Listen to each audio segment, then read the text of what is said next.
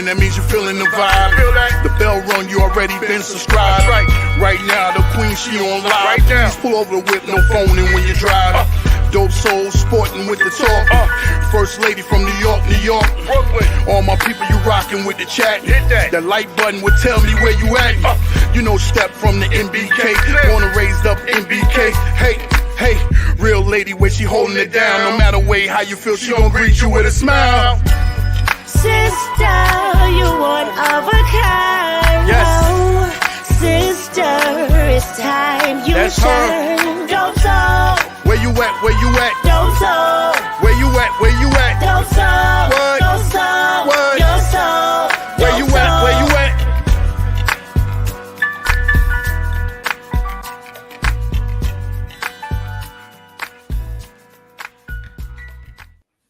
Salute, Knick family. Welcome to the channel, Dope Soul Sports Talk, Dope Soul Knicks Talk, a member of the MBK family. I'm your host, Stephanie, a.k.a. Queen.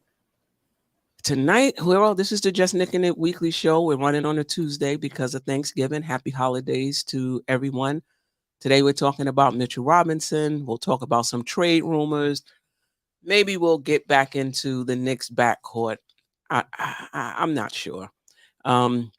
And whatever else you guys want to talk about, maybe I'll open up the phone lines as well. There's some sentiment, not necessarily in the Knicks community, but just reading different articles that the Knicks are just beating up on mediocre teams right now. I mean, you beat the teams that's on your schedule, but we'll talk about that. I want to give my sympathies and condolences to Jay Boogie, who lost a family member this morning. So, you know, prayers out to him and his family as they try to get through this.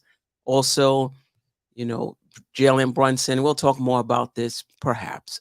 Jalen Brunson named Eastern Conference Player of the Week. Shout out to him.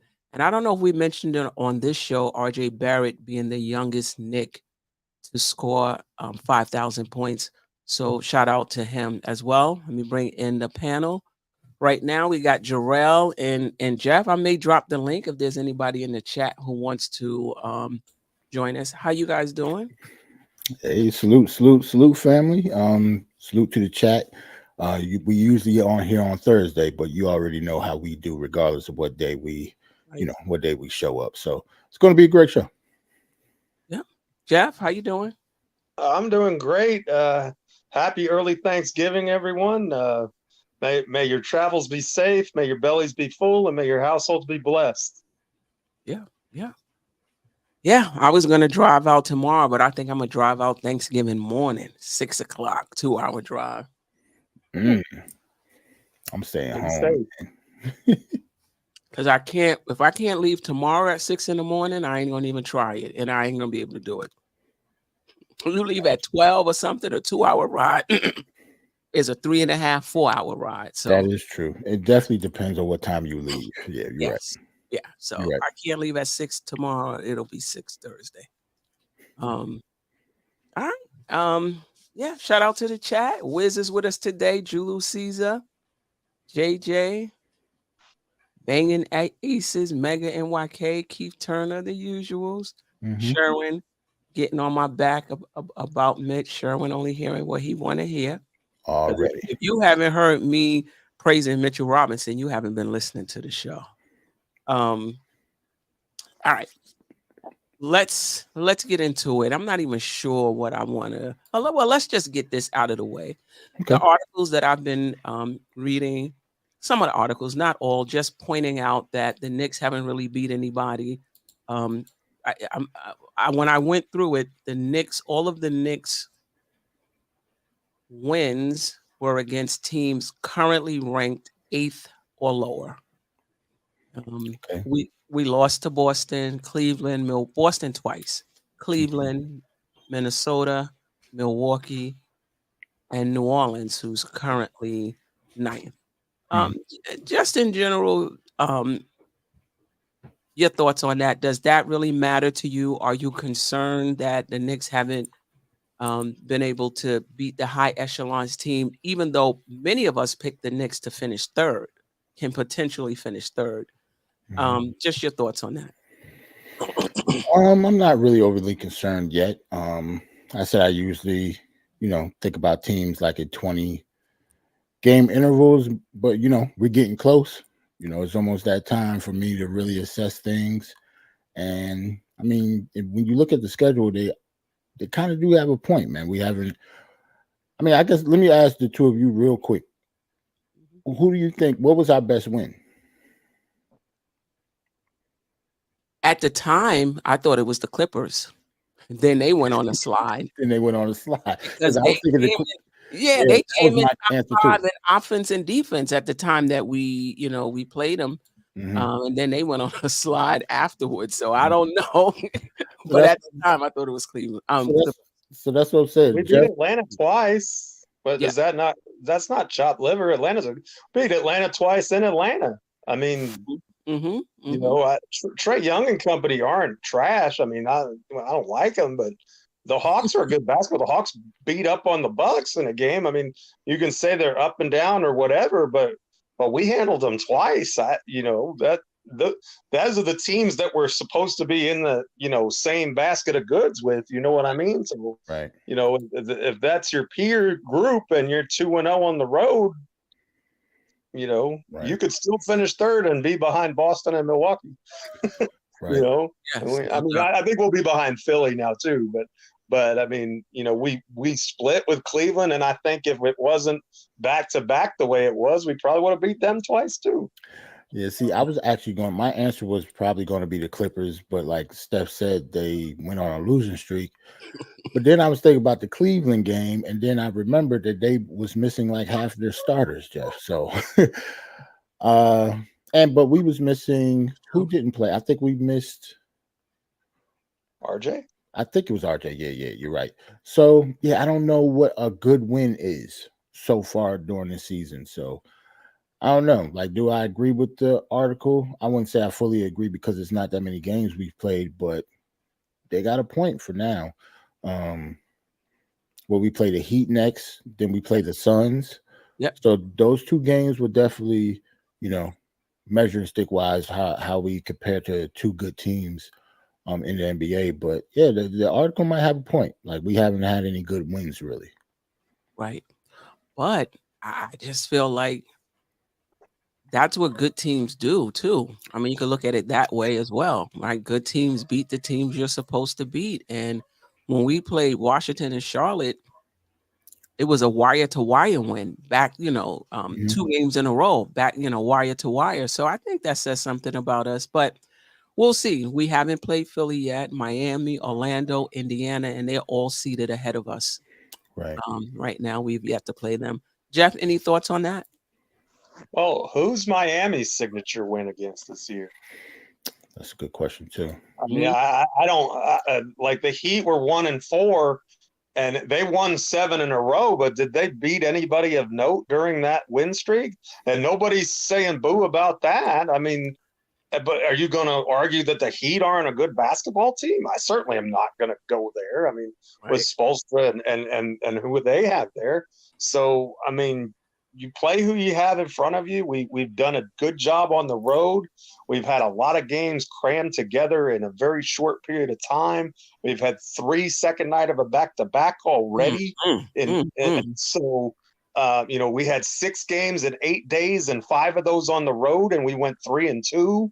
So, I mean, to me, you can look at the quality of the wins, I guess. But again, I think those 2 wins over the Hawks are good wins.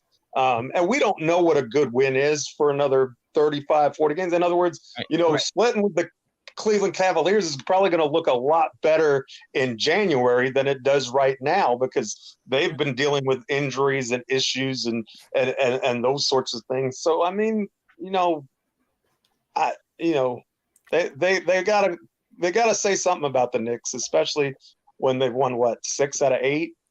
So I don't know. Good teams win 6 out of 8. That's all I'll say. Yeah. I mean, like you said, RJ Barrett missed a few of those games. We're still trying to get our groove. I mean, we started 2-4. Right. 2-4. I mean, the chat was buzzing. Season was over. season was done with already. Panic button was struck for sure. Yeah, no doubt. So, yeah, I agree. I'm not really concerned about it. I still think we're a good team. We're beating the teams we're supposed to beat right now. And in my opinion, the losses to Boston, we were right there in those games. Not like we got blown out, but Boston is a better team, in my opinion. Milwaukee is a better team, in my opinion.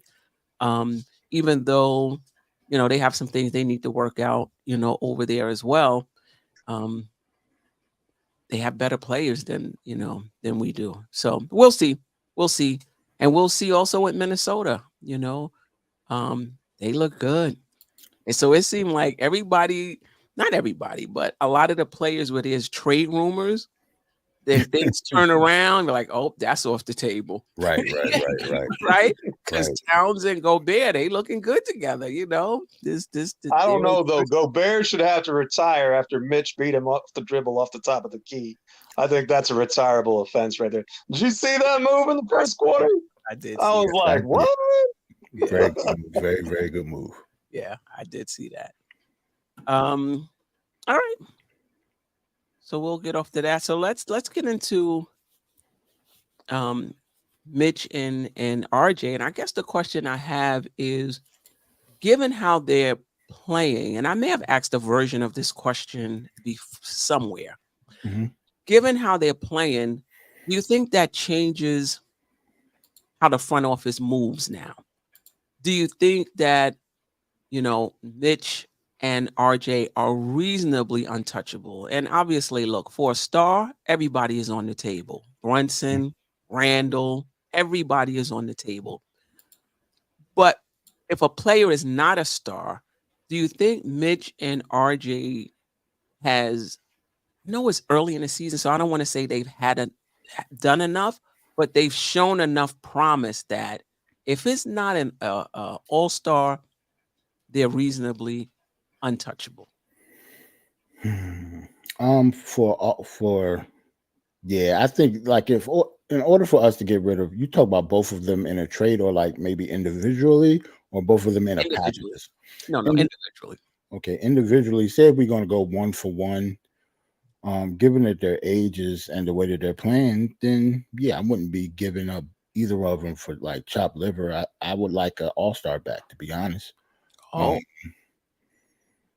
Well, I guess that's what I'm saying. Now that I said it out loud, I might take it back. I think it really depends on the player that's coming back. Like he might not be an all-star in order for me to give up RJ and Mitch, but that doesn't mean I just want to give them up for anybody. Like it's a real thin line between who I don't know. Somebody will have to just like squirt out names, and I'll be like, no, then yes, then no, and yes. Like it's a very fine line. Do it in a vacuum.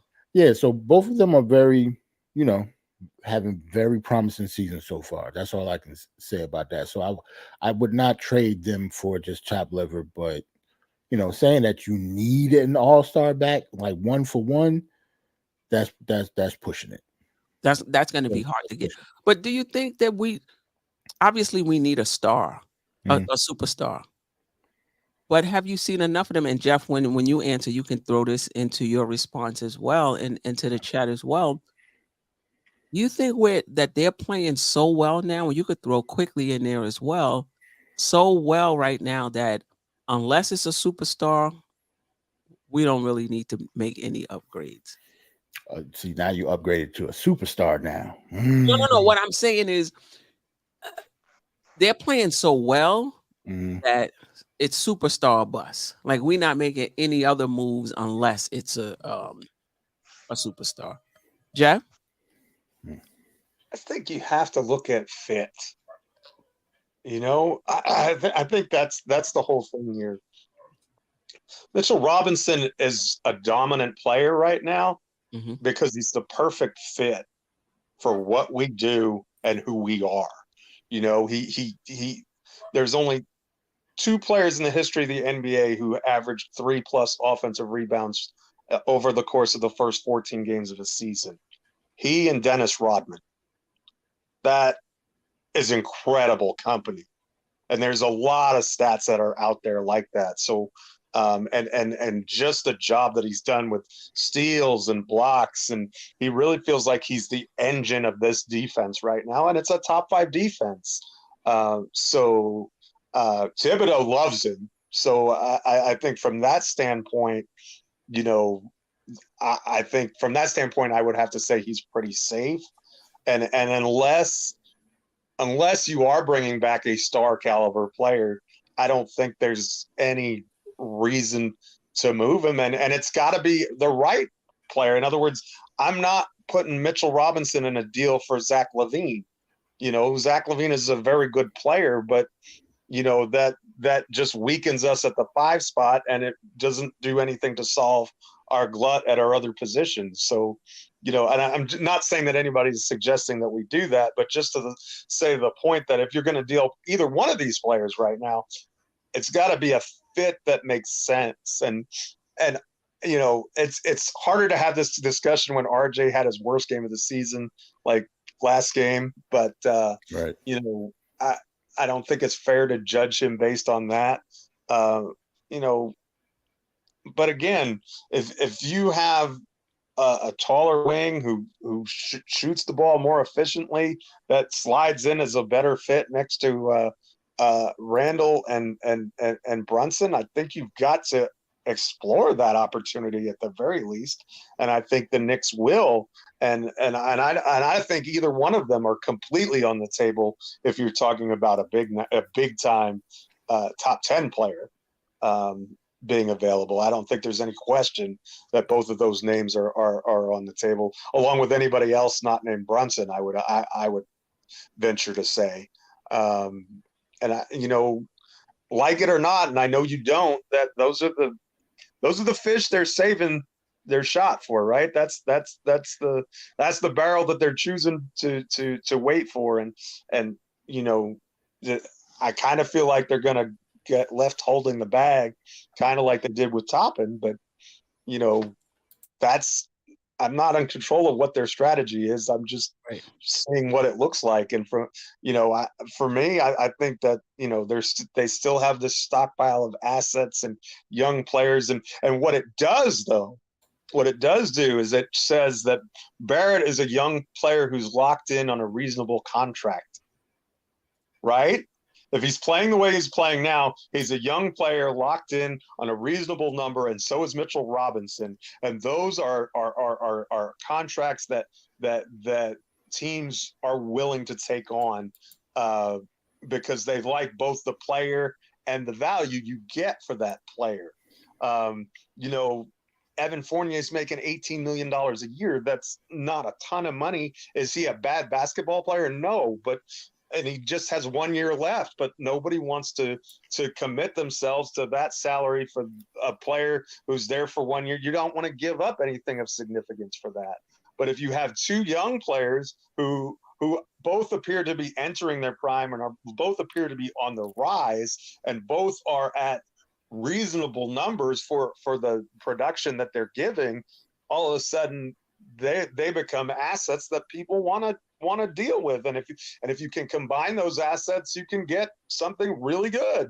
And I'm forgetting good players on the Knicks. I mean, you know, we're not a finished product. We're not a championship caliber team right now. So that means that some of the players that we like are probably going to have to go, and we're in order to get the group that is going to be contenders. Because I think that's one thing all three of us and the chat as well can agree on. We want to see this team compete for championships. I don't want to see them make the second round of the playoffs every year and just be happy with that. That's not what I want to see from this team. I've been through that before. That was the 90s Knicks, right? And it was fun. It's better than the 2000s Knicks, who, you know, were terrible, frankly. But you know, I turned 48 years old on Friday. I hadn't seen a Knicks championship yet. I'm ready. I want to see it. Right. So I will say this, and yeah. So this is where the fan base is split. You know, we don't need a superstar. If you're trying to win a championship, you need a superstar. now. Whether you trade for one, whether you draft one, whether somebody on your team develops into one, you're gonna need a superstar or two stars, put it that way. And the Knicks don't have that. The Knicks don't have that. So, Sharon, when you say we don't need a superstar, are you trying to say that you can win a championship with this team, or are you trying to say it's not about winning a championship? You just like seeing the Knicks play well and they're entertaining. And that's fair. We have a lot of a lot of fans who just want the Knicks to be entertaining. Whether we win a championship or not. I think the Knicks are in a tough spot. I think the Knicks are in a tough spot. I don't think, like somebody said in the chat, there's no superstars available right now. So basically, are you saying that we're just not going to improve until one becomes available? I think before Mitch and RJ, took what seems to be a leap for them, I was like, we can get another wing for RJ, that could still fit our team, play defense, defend that position. I would do it. But now RJ seems to be that guy, So now it's like, well, how do you upgrade your team other than getting a superstar? Right. So it's like we just stuck. You know what I mean? Like, how do you upgrade your team without, other than getting a superstar? Julius Caesar said, right now, I'll take a jumbo wing only to slide RJ to the 2 and supersize our wing. Doesn't necessarily have to be a start Sadiq Bey type. I like that idea, to be honest. Okay, so that means giving up, a DiVincenzo or Grimes or, somebody like that to get another wing. Oh yeah, I slingshot one of them out of there. I slingshot one of them little guards out of there for, a wing that fits this team. Somebody that's like 6'8" with long arms that can actually play and actually fits our team. Yeah. Deron Wayne says we are out of balance. I think he's probably talking about our height, or lack thereof. Yeah, I disagree, Sharon. I would like Brandon Ingram as well, but even Brandon Ingram doesn't, I don't believe, elevates us to championship status. And it also depends on who you're giving up for Brandon Ingram, because you're not going to just add him. You're going to have to give somebody up to get him. So we was just talking about RJ. Would you trade him for RJ? This is a tough one. I was thinking I was doing this exercise about a week ago. Because you have to factor in Brandon Ingram's injury history. And then there's the intrigue of, has RJ Barrett turned the corner? And is he on the ascent? So you have to imagine that, because we don't know. You know what I mean? So we have to imagine that and bet on that. How old is BI? I'm looking at it now. He is 26. Oh, he's not even in his prime yet. Yeah. And plus, I mean, he's, to Steph's point, he's injured so much. I know we consider him an all-star, but he's only made the all-star team one time. And that was like a few years ago. That was like in 2019 or 2020, something like that. Yeah. So he hasn't made the all-star team in a few years because of his injuries. Like, he's usually hurt. Right. What are his shooting splits? Oh, that I don't know. I'll have to I'll look up his stats real quick. Sorry, I'm not that. I don't watch Pelicans ball, so I'm not that familiar with. No, I watched him the other night. He dropped like 30 something. If he's healthy, like if we were talking about a healthy Brandon Ingram, yes, I would. I would, because I'm not going to bet on RJ being something that Brandon Ingram already is. Well, so far, 24 points a game. You said shooting splits, 50% from the field, Only 30% from 3.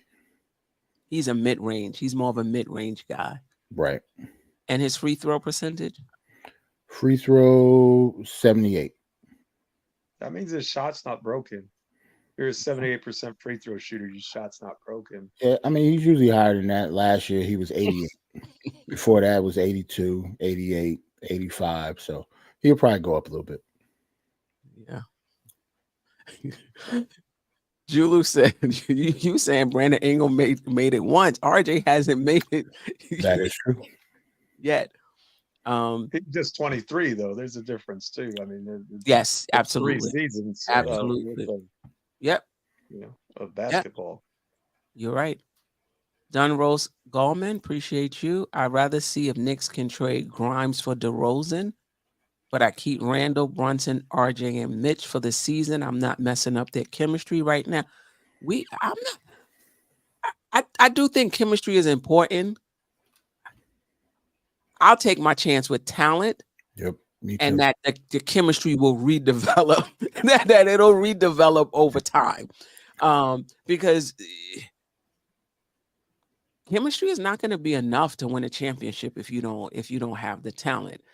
And on the flip side, I've seen talented teams with no chemistry, not get very far either. So it's an interesting mix, but I'll take my chance with the talent and hope the chemistry will come along. What do you guys think? What's your take on the chemistry, talent? Yeah, for me, it's always talent first. We can work on chemistry. That's the whole point of having like a team and a locker room and stuff like that. Like you have leaders on the team. Give me the talent. Talent will always win. Like all the camaraderie and stuff that can come later. It depends what you mean by chemistry, though, because I think there are basketball fits. In other words, let's take the example of DeMar DeRozan. Here's a guy who shoots mostly from the mid-range, is deadly from there, but he shoots from the exact same spots on the floor that you really want to get Randall and Brunson and RJ if he's still here the ball. So how many touches is he going to get? How effective is he going to be in that? How is he going to fit into our defensive schematic? All of those things are considerations as well. I agree that sometimes talent can figure that stuff out, but I also think that a lot of times what you end up doing is putting round pegs in square holes, and it doesn't work out, for the same reason. I mean, I think Amari and Carmelo were a lot that way. Because Melo was better suited at the 4 spot, and Amari couldn't really play the 5, and so and Melo was, Amari was hurt all the time, so it ended up working out. But I just feel like, in terms of talent, off the charts talent wise, but I think that there's a balance between, yes, more talent is clearly better than less talent, but fit is also important when you're looking at these things. Now there are certain players like I'll give you Donovan Mitchell for an example. If you have Donovan Mitchell on the table, and Donovan Mitchell and Jalen Brunson on the surface of things don't really appear to fit, just because they're both small guards. Neither one of them is a good defender. But if I have those two, then maybe I'm worrying about shifting the 3 and the 4 spots and the rest of the roster to build around them and cover up their weaknesses, so to speak. There are different ways to skin a cat, I guess, is what I'm saying. There's different ways of team building, but several years ago, we got like 4 power forwards in here that were all good players, but their talent was good, but you couldn't play them all at the same time. So that's not good. Yeah, I get your point. I think fit does matter. I wouldn't trade for DeRozan on this particular team, only because I don't think he's good enough to rearrange your team for. But there are some players that may not be a fit for this particular team, but I feel they're good enough that you get them in the door and then you work it out and you rearrange the rest of your roster to make it happen, to make it fit. I don't think DeRozan is one of those guys. And somebody said in the chat, he doesn't stretch the floor enough. Is that a bigger concern now that RJ Barrett is shooting well? Will RJ Barrett continue to shoot well? But yeah, I'm not. I love DeRozan though, but I wouldn't trade for him. And no, I wouldn't trade for him. It just clogs things up a little bit. But that Chicago thing, that's about to blow up. Think so? I think so. I think so. There's a lot of rumors that they're about to tear that team down. A lot of rumors about Lavine to the Lakers. I think the Knicks may have. I believe the Knicks were mentioned as well, not by Lavine though. Just whenever somebody is available, the Knicks is always, of course, in the mix. My issue with Lavine, and I don't even know if we're going to be able to get around it, because there's a lot of players that I like that are in this same boat. It's just not having a lot of playoff experience. I don't have a problem with Lavine's money. I don't have a problem with the fact he doesn't play defense. He has the tools to play defense, So Booker's defense improved when Monty Williams was the coach. Steph Curry's defense improved as much as it could when Steve Kerr, got there. So I'm not worried about the defense part. Jalen Brunson's defense has improved. Jalen Brunson's defense has improved as well. So I'm not worried about that. I'm just worried about, I just want some people in here with a little playoff experience, but I think I'm gonna have to give that up, because if you think about SGA, you think about Brandon Ingram, you think about Towns, you think about whoever you want to mention, how many of them have a lot of playoff experience? Right. Yeah. Young players don't win a lot in this league. It's true. Even the young good ones. Yeah. And the youngest team in the league, right, or something like that. Yeah, correct.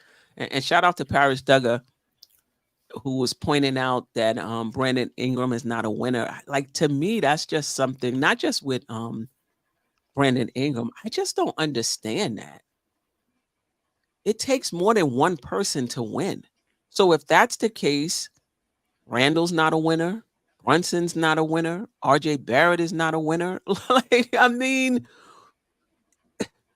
you got to have a team around you to win. So. And when Lonzo Ball was healthy, they had a team that was top 3 in the East. Right. No, Lonzo Ball was on Chicago. B.I., he was talking about Brandon Ingram. I'm sorry. He was talking about Brandon Ingram. But the same is said about Lavine. Same thing. Same is said. He's not a winner. And I like, what do you? We don't. How many winners we have on our team? Yeah. And sometimes a player is not a winner until he wins. You're not a winner. You're not a winner until you win. Jokic, was 3-time MVP, but he's a winner now because he won the championship last year, right? Before then, his playoff history was spotty at best, wasn't it? I mean, correct me if I'm wrong. If I'm wrong, I'll be happy to have it corrected on the record. But yeah, Embiid hasn't been to the conference finals yet. Is that right? Embiid's not a winner? I don't know. I mean, Patrick Ewing never won a championship. You say he's not a winner? I'll take issue with that. Paris Duggar, relax.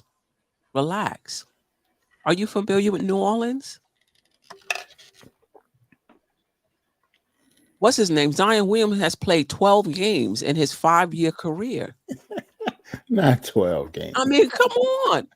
McCollum, they were tops in the Western League. The next thing you know, Zion is sitting out.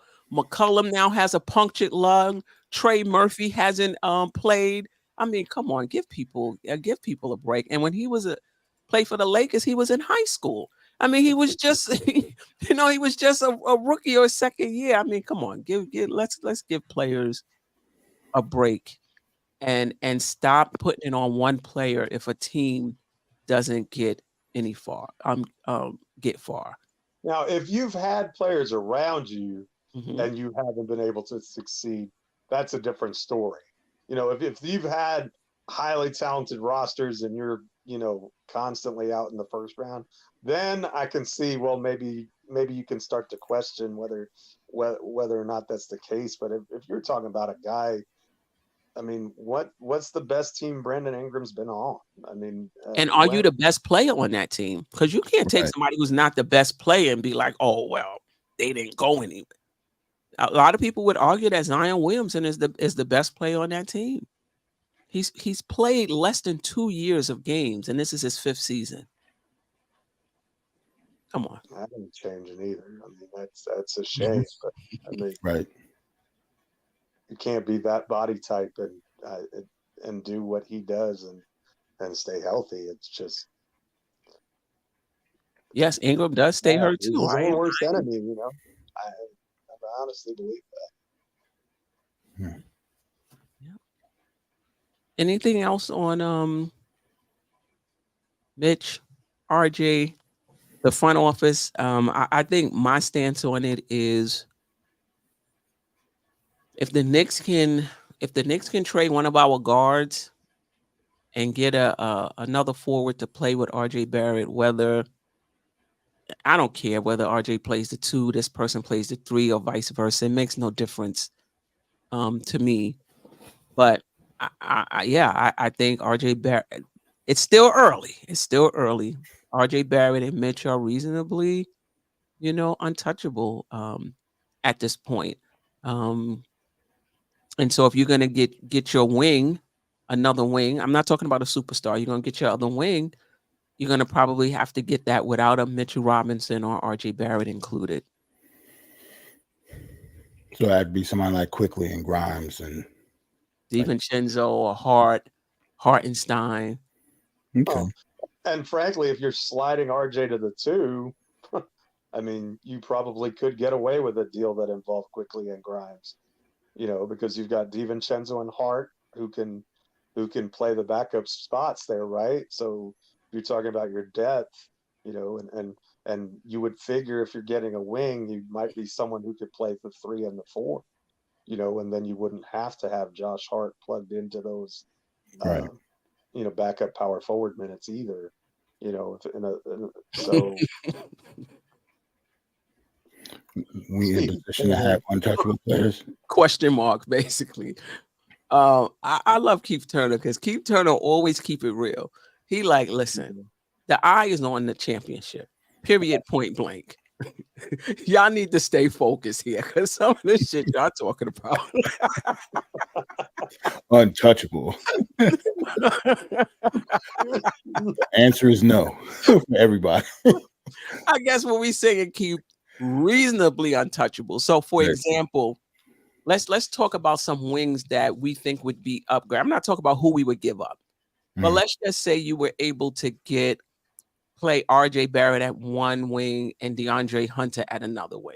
I'm not talking about superstars. We're not talking about superstars right now.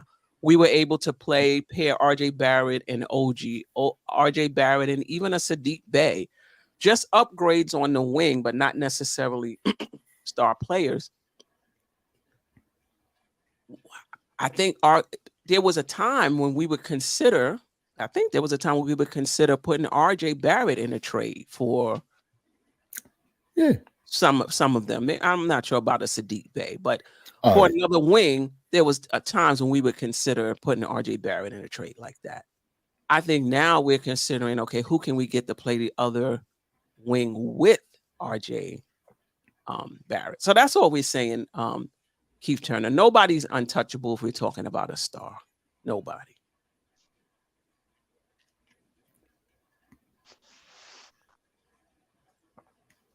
Al, Warriors traded Harrison Barnes and got Durant after playing in 2 finals, winning 1. Continuity is helpful, but is no roadmap to legitimate contenders for the title. Yeah. No, yeah. There's no formula. Like, it's not a mathematics equation. Right. You know what I'm saying? It's not just you plug in these XYZ variables and it equals championship. You know, that's not how the league works. I mean, if it were that simple, everybody would be doing it, right? Winning a championship is difficult, and there's more than one path, and the path is one that has a bunch of pitfalls in it. I mean, you can make the big move and think, look at Brooklyn. How many times did Brooklyn think they had swung for the fences and made the big trade and had it ready to compete for a championship, and they ended up breaking up their core before they didn't even get to the conference finals. That's not to say that they weren't a good team. No one's going to tell you that Kyrie Irving and Kevin Durant aren't superstar players. James Harden was in that mix too, and they're not a bad team now. They didn't kill their future by any stretch of the imagination. They've got a lot of young players now. They've got draft picks. They were able to retool, but you can follow the quote unquote formula and still fall short. It's not, one team gets to win the championship every year. So it's not, there's no linear path. We had a great season last year, but just because we had 47 wins in a second round appearance last year doesn't mean that we're automatically going to win 50 games and get to the conference finals this year. It's not always linear like that. And sometimes you take a step backwards to make a huge leap forward. It's just, there's so many, we like to put on our GM hats and pretend like we know all this stuff, but the decisions are difficult. And even if you make ones that look good on paper, that doesn't mean that it's going to translate into Right. championship caliber play on the floor. Right. But I think what he's saying, he was referring to continuity over talent. That continuity is helpful, but it's not but you're not going to become legitimate contenders with continuity. I think that's what he was trying to say. Julian Brum, yeah, but the problem is we lead the league in not making the big moves. Oh, can we get Knox back? Just asking for a friend. Oh man, that's opening up a whole nother can of worms, man.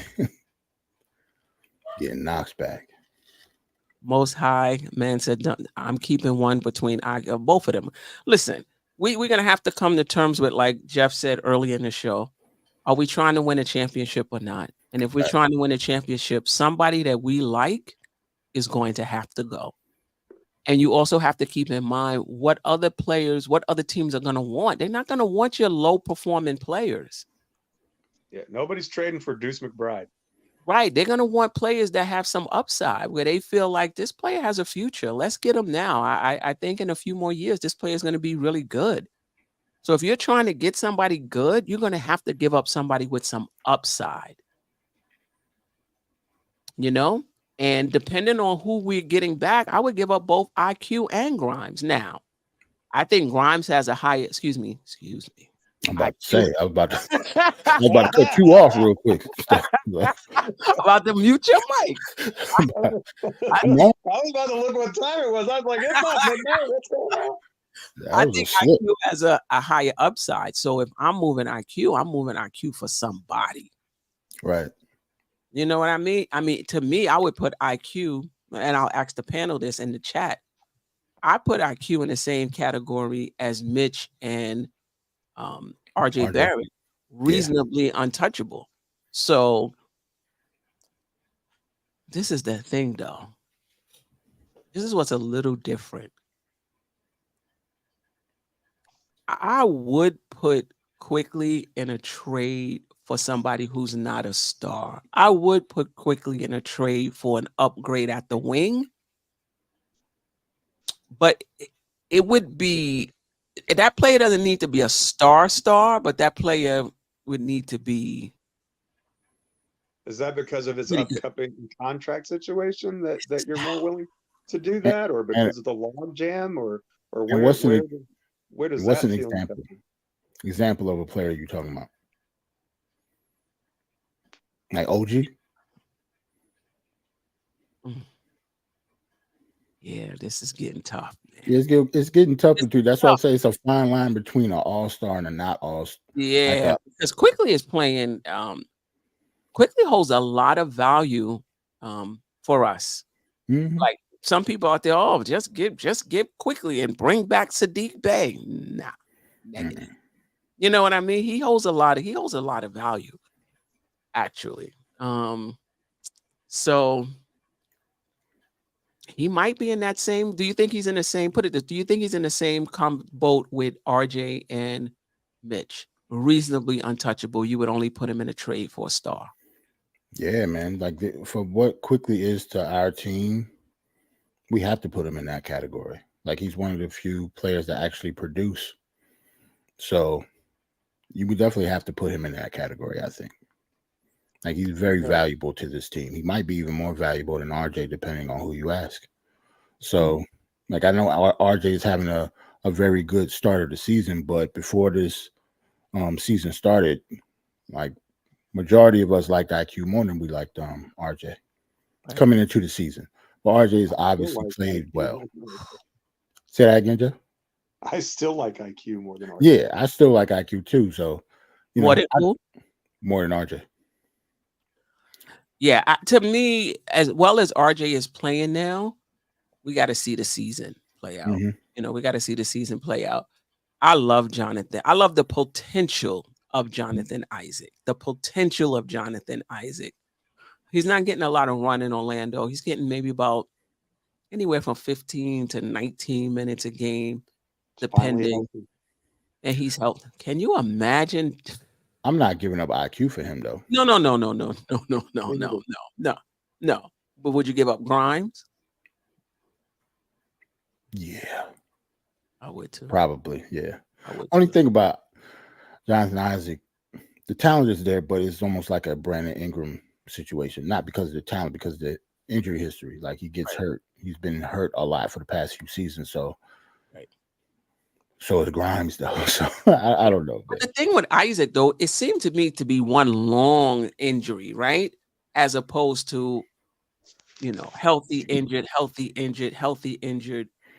Well, I don't know. I know he tore his ACL or whatever. 2 years, like.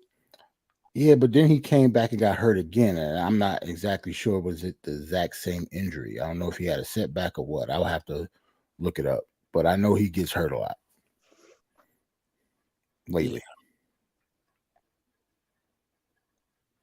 I don't know if Jonathan Isaac is a real good fit with this squad with as many minutes as our Julius Randle gets, though. Isn't he a 4?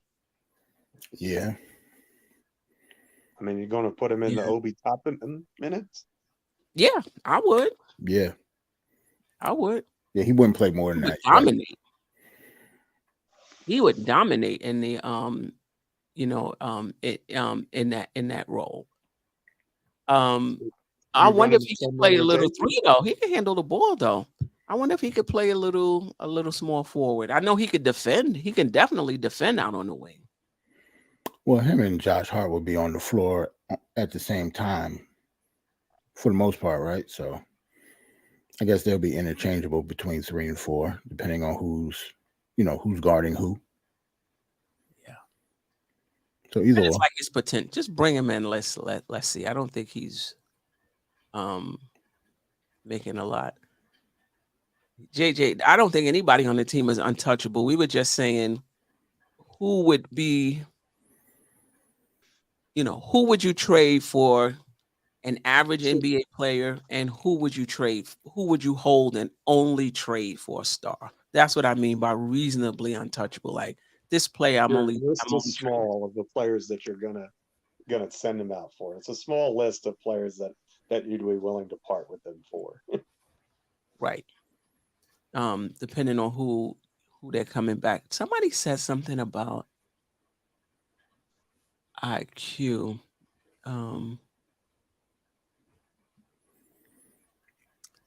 And I didn't star it. I didn't star it. What was it pertaining? Like his fit on the team? Somebody's not high on IQ. I mean, listen, we all have our favorites. We all have our our favorites. And it colors our opinion a little, but some people are just blind. Like when it comes to IQ, IQ, I mean, he's not a perfect player by any stretch, and there's times when, he that balance, is not there, but the advanced stats paint such a pretty picture with him, though. yeah. And that's been the major turnaround in RJ Barrett, by the way. For the first time in his career, he's a net positive, being a massive net positive when he's on the floor, and Right. that hasn't been the case at all in the first 4 seasons. But as far as Quick is concerned, Quickly's almost always been a net positive, and same with Mitchell Robinson, and that's one of the reasons that I've always been a fan of those two guys is that they're whatever their stats are, they always seem to make a positive impact when they're on the floor. Yeah, I think we have our idea of how the game should be played. Like there's some people, this guy doesn't play defense. I don't want him on the team at all. This guy, doesn't pass as much as I need him to pass. I don't want him on the team at all. This how you like the game to be played. And there's the reality that there's different ways to construct a winning team. Different ways to construct a winning team. Is who do you have around your players who are not good defensively? Who do you have around your players who are not good shooters? And some of these players that a lot of fans think that don't play defense at the same level as some of the players that's on our team. Right. And some of the players that we complain on our team, some of the guys that we want has some of the same tendencies. So I was looking up the ISO stats. Oh, let's get SGA on the team. He like one of the top players in isolation play. Oh, the Knicks don't pass the ball. No, we got to move. We got to get so-and-so. He's like top 10 in isolation and percentage of his shots in isolation. Let's get Dame, let's get this person, let's get this. You talking about Brunson not passing. You know what I mean? Yep. You don't have to sell me on Cat. He ain't look soft to me last night. Very good game. Yeah. So you ain't got to talk to me about Cat. He just came down. No, 3-pointer from the top of the key. I'm like, man. And that Anthony Edwards is a ball player. Yeah, I don't even. That kid don't even know how good he gonna be. Nope. Yeah. All right. Any thoughts on our bench? Right now, our bench is 15th in points, 33.7 points a game, 23rd in field goal percentage, 43.8, 26th in 3-point percentage at 31.5, and 16 in assists. Thoughts on the bench? Are they playing the way you thought they would play? Still rounding into shape? I'm very concerned. Like which one? I'm not concerned. I'm just giving options. Or concerned. Steph, you crazy. I mean, for me, real quick, I don't know. The bench seem like they've been playing up to the standards. Like I like how Dante DiVincenzo is coming along. I always thought it was going to take a while for him to play well at the Garden, and it follows suit. Like he had one good game, then he have another bad game. Like he's a role player, so I don't expect too much from him, or like consistency from him, like only from to a certain standpoint. But yeah, our bench has been fine. I don't think we've missed Obi Toppin as much as a lot of people thought we were going to. I think Josh Hart has played, the backup four, and RJ has been playing a lot of backup for us. But I think my only concern with the bench is maybe Josh Hart a little bit, because obviously it seemed like I don't know what it is. Maybe lack the energy because of the FIBA basketball he played over the summer, but Josh Hart doesn't seem like himself. But other than that, everybody seemed like they've been playing up to par. Like IQ has stepped up. Since Mitch has been playing better, he plays more minutes than he did. So Isaiah Hartenstein, even though he doesn't have the same impact that he did last year, he's still one of the best backup fives in the league to me. Like I actually like the way he's playing. So, the bench, I think our bench is fine. All right. Jeff? I don't think we've really actually gotten to see much of the bench as it's going to be, with the injuries to Grimes and to RJ. Yeah, true. We've kind of, been everybody shifting up a spot. We've done a lot of more of an 8-man rotation, 8.5, I guess, if you want.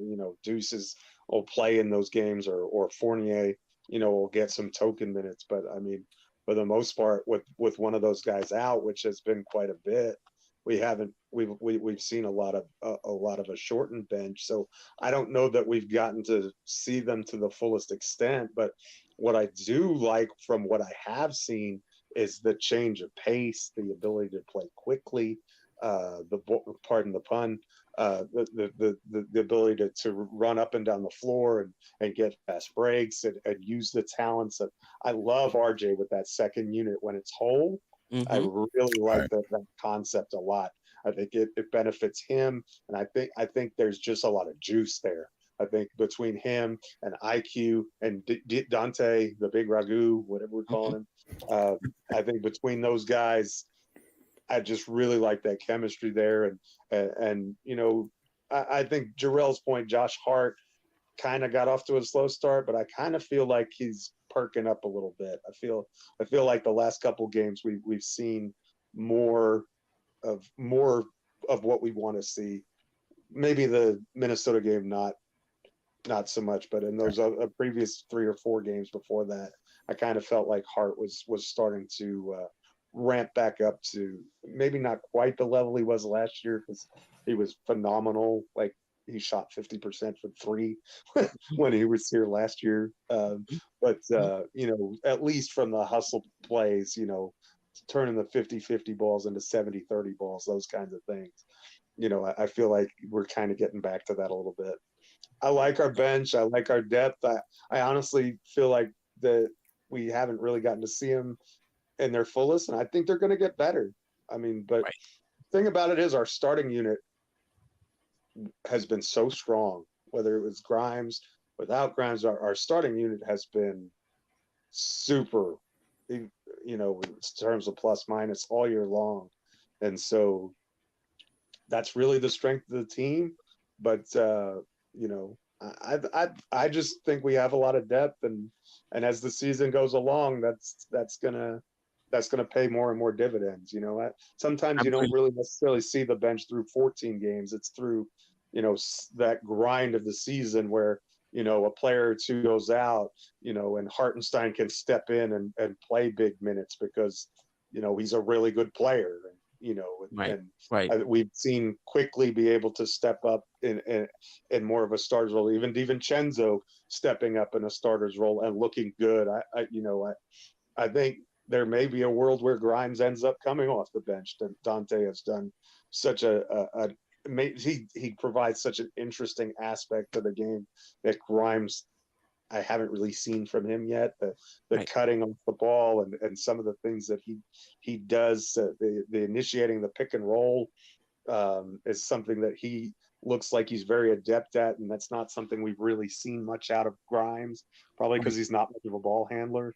But so you have those added elements, and so you have, I think the stats show the bench has been okay and not great, and that's probably what my assessment would be thus far. But I really feel like there's a lot of potential for growth as the season goes along. So from that aspect, I'm encouraged. Yeah, I would agree. I think the bench will get better as we go along. I still don't think DiVincenzo is comfortable. I still don't think he's like 100% acclimated. So I think there's definitely more potential with DiVincenzo and Quick if he stays in that second unit with DiVincenzo and Quick. I think Josh Hart hasn't been playing. He, in my opinion, he hasn't been the Josh Hart that I've come to know.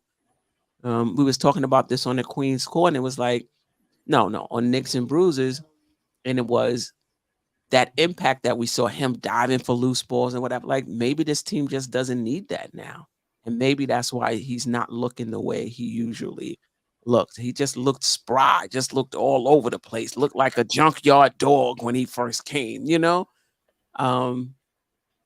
looks a little more. I don't know. Looks a little more regular. So to speak. But Knicks 100 at GM, what do you mean we don't miss Obi? I mean, I think a lot of us are focusing on the height. We're small, but all of those players that's overpowering Josh Hart in the post would have overpowered Obi in the post. I don't think we miss Obi at all. So I mean, our 3-point shooting now, which Obi gave us, he was a decent 3-point shooting. We're top 10 in the league in 3-point percentage. Our total rebounds is good. That's another point I want to bring. Our offensive rebounds is what's carrying us in terms of total rebounds. Defensive rebounding, I think we're like 15 or something like that. Defensive rebounding. Yeah, it's our offensive rebounding that's really carrying us as far as our total rebounds. So I don't think we miss Obi. We're scoring more fast break points now as a team than we did when Obi was here. And I think the height looks good. That you have some tall players out on the court. And I'm not taking anything away from Obi Toppin. I'm just saying statistically, rebounding, we're doing good. 3-point shooting, we're doing good. And, Hart was overmatched last night, but he would with Naz Reid, I think he was, matched up with. I think Obi would have been overmatched as well. Right. We have Spree. Chat, let me know what you guys think about that. I think Spree, are you ready to come on? Spree is in, I dropped the link in the chat. Yeah, he don't got his camera on, so he can't give you a thumbs up though. So I can't tell. Yeah. All right. So he'll let us know. He'll let us know. Oh no, there was something else to die for. Shout out to Coach though. We just inconsistent with the offense because part of it is certain teams don't provide any resistance. So they allow you to do whatever you want to do. And there's other teams that are better and they're going to provide resistance. They have a game plan to take away what you do best. So the offense is not going to look as good, and some of it is also the players that we have. That extra pass is going to be inconsistent. I don't see that as something that's going to be there every game because that's just quick. Sometimes you shoot well, and sometimes you don't. That's true. And when the shot's falling, the offense looks great. And when the shots aren't falling, I don't care how much ball movement you have. You shooting 25% from the field, your offense looks terrible. Right. Yeah, I wish we could play the Hornets every night. No doubt. Oh, he said he's here. We got him one more time. We just need to get him that third time. I think we play him in like a few days. All right, Spree, you on? What you got for us? Spree, what's good, What's going on, everybody? Just wanted to check in and support. Appreciate the conversation. I just wanted to say, watching Mitch in person last Friday, just how much enjoyment I got watching him live for the first time in a while. Mm-hmm. I really do think he looks like the Cavs series, just like the way he just changes everything at the rim. It's just really impressive. The pick and rolls, everything he's doing. I appreciate it obviously on TV stuff, but watching it in person is different. I just wanted to say that. And I think also Josh Hart I like what Josh Hart can bring, but it has to me in certain doses. Like you have to, he can't hesitate. You know, you got to just shoot the three. If you miss, you miss, but you can't. You're hurting the team if you're hesitating like that. And I've seen it the past couple games. Like, I like the fact that he can push the ball. I like the fact that he can rebound the ball really well. But for him to be maximized on the floor, he can't not just – there's too many times he's hesitating out there. Right.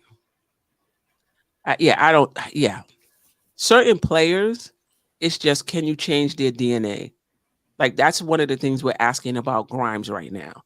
The lack of aggression, is that just, you know, lack of confidence? Is that I know my role on this team, or is that just who he is? And if that's just who he is, it's going to be hard to change. And I think that's who Josh Hart is. He'll prefer to pass the ball than to take the open shot. Yeah. I mean, but don't you think that's a problem though? Like, I get it, we're doing good in threes. You read the numbers the other show where we actually are doing a good job from 3-point land, but I feel like in today's NBA, you can't have a guy play the way he is and hesitate like that. I just think that if you're playing off Brunson and Randall, you have to be able to just shoot the ball. Right. I don't know. No, I think you're right. I think you're absolutely right. That's what we need. We need guys who can knock down shots around them. Yeah. And you can't hesitate. He was even upset with him the other night. He's like, bro, let it fly. He looked at him like, come on, man. You're wide open over there. You got to shoot that. Right. Yeah. I just don't think that's his game. I think his game is hustle, rebounds, you know, steal, like whatever you need. I don't think he has it in his head that any open shot I get, I have to shoot it. I mean, do you think also more just, you guys mentioned IQ, and I agree with you. If I'm going to trade IQ, I want to get something really good. Like, you need something like, because IQ, as much as Steph, and you're right, Steph, there are times when I watch, I'm like, IQ, what are you doing, man? IQ has these 3 plays, and not every night. There's sometimes he just gets it all completely right, but IQ does have these 3 plays where I'm just saying, what are you doing? Like, what are you at? Like, there's no reason for you to pull up there. But but to me, you can't take that away from him because he does so many good things that come with it. So the one thing is, do you think he can even grow more with the passing IQ? Or is that never going to be a part of him? Like, because obviously he dribbles a lot. He's got the ISO game. He's a bucket. I get that. But like, there are times too where I think he over dribbles and he doesn't. And this is too with Brunson too. I think Brunson's getting better with it the last few games, but he doesn't see when he's doing that stuff, Steph. I feel like it's like a 1-on-5 game where I feel like he misses guys sometimes. Right. I don't. No. I think he see him, but he ain't passing. Oh, okay. All right. I think it's one of those things like, I see you over there, but I got this. Because those guys are alphas. Him and Randall passes a lot, but there's times when Randall won't make the extra pass to somebody in the corner either. He like, nah, I got this. So I think it's that those guys are alphas. Those guys feel like they can get their shot off on anybody, and they see Grimes. They see these other guys that's open. It's not like they don't have the vision. They just feel like, well, that's what I think. What do you guys think? You think they don't see them? Or do you think they just made the decision that they're going to take it? Isn't IQ's assist percentage like 25 so far this year? I mean, definitely see him. So feel like I think he's doing a decent job. If that's the case, I mean, if the numbers are less than that, let me know. But last time I looked at it, I thought it was like 25%. And if his assist percentage is 25, do your thing, bro. I could do without the logo shots. That will always run me crazy, but you take it, you better make it. That's all I gotta say to you about those. But I mean, if it's one of those a game and the rest of his process is good, you just have to live with it. I don't see a lot of logo shots. I see a lot of dribbling the clock all the way down to either take a shot or pass it to somebody with 3 seconds. Right. So you're right, Spree. For him, it's about anywhere from 1 to 3 possessions where I'm like, what the hell are you doing? But I just feel like that's just a part of Quick. I just feel like you just have to take it. You have to take like with everything he brings to the team. There's so much good that outweighs the bad that even on that rare night where you get very frustrated, you have to just accept it. Right. Because to take that away from him, he'd probably be a shell of himself. Like you try to take those 3 possessions away, take away his aggressiveness, he's not going to be the same player. I would say though, just with the dribbling thing, I do think he can be a little bit more efficient with his dribbling in getting to where he wants to go a little bit more. I don't think he needs to dribble as much to get to where what he wants to do out there. There's sometimes where it's unnecessary. Like even if you're going to take the shot, I think sometimes he over dribbles even in some of those possessions that I'd like to see him just be a little bit more efficient when he does make those moves, just a little bit. Yeah, he's probing. Like he'll go in there, 3 dribbles, dribble back out, 3 dribbles, come in on the left side, come out on the right side. I'm like, yo, like sometimes there's good reason to probe, but like he sometimes over probes, if that makes sense. Yes, yeah. I don't disagree. I don't know. I don't think there's any way around it with him, Brunson, Randall. I don't really see their games changing that much. I think they're making a concerted effort to make the extra pass, but I don't see that being consistent. Yeah. I hope it is, but I don't see that being consistent. It's just like an old habit that you got to be like, all right, I got to remember to make that extra pass, make that extra pass. And you know, when you can play it against tough teams, your habits are just going to kick in, you know? Yeah. They're they're the few players that can actually get their own shot on the team, on their whole team. So, yeah, I get it. On the whole team. And they do it well. It's not like you have some people that's,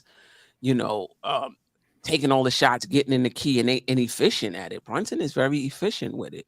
Yep. I haven't checked Randall's numbers, for this season. And I believe IQ is efficient with it as well. So it doesn't look good. You got people standing around, calling but for the most part, they're hitting the shots. So I think it's tough. Are you surprised? I just want to say this on Grimes because you guys mentioned him earlier. Is that just his game? Is that just what it's going to be? Like, I don't know. I felt like there were times last year, though. I'm not saying he's ever been a good off the dribble guy, but I felt like there were times last year where he would pump fake or dribble into the lane and find Mitch. I haven't seen him do any of that. Am I incorrect in saying that? No, I don't think he's attacking the closeouts as much, but I don't know if he's getting as many opportunities to attack the closeout. What do you guys think? I agree. Last season I saw that him put the ball on the floor, attack the closeout, get in the key, pass to Mitch. I think he does it. I don't think you should ever expect it though. It's kind of like the move that Geoff mentioned, the move that Mitch put on Rudy Gobert last night. Mitch is obviously capable of doing that because he did it. You don't expect him to do that next game or the game after that or ever. Like when he does it, but I don't expect him to do it. Like that's not part of his game, really. Don't you think that's a problem though? Yes. Like I get it. There are guys that are 3-and-D in the NBA. I get it. His role is to play defense and shoot threes. But like, I don't know. I'm kind of getting frustrated because like I need somebody that's out there to also occasionally put the ball on the floor. Right. I don't know. Maybe I'm asking too much. No, it's definitely frustrating. At least for me. Grimes gave us a goose egg last night. Because the only thing Grimes does, honestly, he wasn't the only one though. I mean, no, he wasn't. We shot bad. He doesn't hesitate, which I like. He's one of the few people. Once he gets it, he lets that thing go. But there are too many times where he just passes it back out, and he's just like immediately it's like hot potato right back to Randall or Brunson, and I'm like, Grimes, I want you to do something crazy for once. Just ignore those two guys on one possession and just do something crazy at the rim. And just and let's see what happens. Just to make me happy one time. It just gets me a little frustrated. Yeah. Do you think, shout out to Julius Caesar, says Grimes has taken a step back from last season? I don't know. You think so? I think he looked the same, and that's the problem. Not that he took a step back. I don't think he's progressing at all.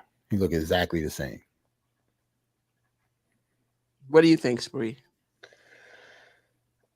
I think he looks pretty much exactly the same. I thought there was once every game where he would put the ball on the floor. I saw it a little bit more last year where there was occasion where he would do the pump fake and find Mitch or hit Randall. I don't see any of that, but he looks pretty much the same. I just think this is what he is. I honestly, which is fine. It's just I don't think that can only there's room for 3-and-D guys in the NBA. I just don't. I'm not necessarily sure that I'd love that as my starting wing. That's my problem. But well, I think we would be singing a different tune if he was knocking them down. True. You know, and probably it looks worse coming off last game where he was 0 for 5 or 1 for 5 or something like that. But I think on the season, I think on average, I think his percentages are okay. It's just that he is hit or miss, you know. And to be honest, IQ has been hit or miss too. 37 overall, but 7 games with 0 or 1 made free 3-pointer, and the rest with 3 or more. Talk about feast or famine, right? You either getting 0 or 1, or you're gonna get 3. So he's been hot and cold. This is IQ now, but Grimes is like that as well. Let me ask you this: when's the last time you saw Grimes take a charge? When is the last time we see anybody on this team take a charge? Well, Brunson. Besides other than Brunson. Yeah, that's what I'm saying. Like, like to me, I want you to be able to shoot, pass, rebound, defend. I can't just have you just shoot and defend. I mean, but I don't know. I don't need just scoring. Like, obviously, that's one part of the game. I just feel like he doesn't dribble enough. He doesn't pass enough well for me. I think he's the same guy as last year for the most part. I get it. I wanted a little to the panel's points of view. I think he's the same. We all wanted him to progress more. So right. I think let's keep in mind he's played less than 2 years of games, right? And keep in mind that he's basically there to play the best perimeter player on the other team, to defend the best perimeter player on the other team, and then knock down a few shots if he gets them. I agree with Fly Guard, C-Mac, and we don't agree often. I think it is too much for him. And maybe it's the fan base expecting too much. I think Tibbs is happy with Grimes. Listen, guard the best player, make it hard for them, even though they're 7 feet and you're 4 feet 8. Make it as hard for them as you can and knock down a shot. Like, I think Tibbs, that's all of the stuff we want him to put the ball on the floor, attack the closeout, bring the ball up the court. Well, I don't think Tibbs care about any of that. I really don't. But you think he's putting too much on Grimes' plate right now, but even though he's not asking him to do any of that stuff? Well, how I'm reading this, you're right. He's saying Tibbs is putting too much on Grimes right now. Yeah, I feel, you can argue that he not asking him to do nothing, but I feel like Tibbs is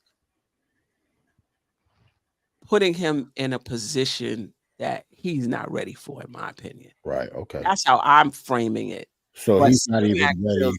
Right. He's not even ready for the responsibilities that he has. That's what you're saying. Even though he only, he don't got that many of them. No. I think that's, I think if Tibbs is okay with him just playing defense, I think he's ready for that. Like, just play defense, hit a shot here and there. I guess he's ready for that. For me, I feel like, in my opinion, he's not ready to start. Right. Because he's not giving you but those things we just said. I also think Dante, this is just my opinion when watching it, and I noticed it when Dante started. Obviously, it's a small sample size, but I think Dante moves better on the floor. I think he's more fluid. Like when I watch him, he cuts. Obviously there's so much you can do when we're in when Jalen's isoing, Randall's isoing. Obviously Grimes is gonna be in the corner, but Dante. I watched Dante move, and there was one play in particular where he literally moved his positioning to the other place of the 3-point line just to be in a better spot to catch the three from Randall or Brunson. I think Dante does a little bit better off the ball of cutting and moving. Is that fair, or am I hating too much on Grimes like that? No, I think that's fair. Yeah, okay. Fair. Okay. DiVincenzo's played on the Milwaukee Bucks and the Golden State Warriors, and he's 26 years old. I mean, I think that right. He's just a more developed, more polished player. But he's had his shooting struggles too. I mean, he's been feast or famine himself. I mean, so I agree. When he was in the starting lineup, he looked good. But the on-off numbers with Grimes in the starting lineup are excellent too. True. So True. I don't want to hate on Grimes because it's tough. Let's be fair to Grimes too. It's tough when you're not getting the ball as much and you're not feeling that rhythm. I feel for him too. It's not easy. So he's guarding the best player. He's young. I'm supporting him. I don't want to make it look like I'm bashing Grimes, because I actually do.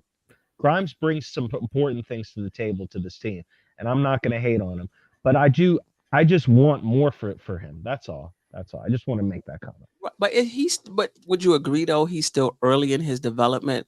Think about RJ Barrett year 2. Well, that was the bubble season. RJ Barrett was pretty good that season. Think about quickly his second season. Think about, and I know this is his third season, but he's only played like 130 games, 140 games. True. No, it's true.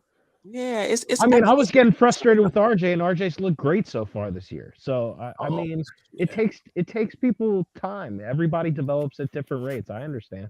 You knew me, Steph. I was very critical of RJ decision making in the lane, the shooting, and he's been. Obviously, it's a small sample size, but it really everything that State said. Shout out to my guy State, but. I mean, he looks good right now, so it's what we've wanted. So you're right. Yeah. Everybody develops at different rates. Right, but anyway, we'll see if RJ can sustain it, though. Yeah. I mean, I don't know. I don't think he's gonna sustain the shooting. No, but I just think he's done other things that I think his game has changed, though. Even if the shooting doesn't. It's not going to stay at 50% or 48% or whatever it is. It may even drop to 35, 36, 37. I would, if he continues to still do what he's doing now at 37%, I'm still happy.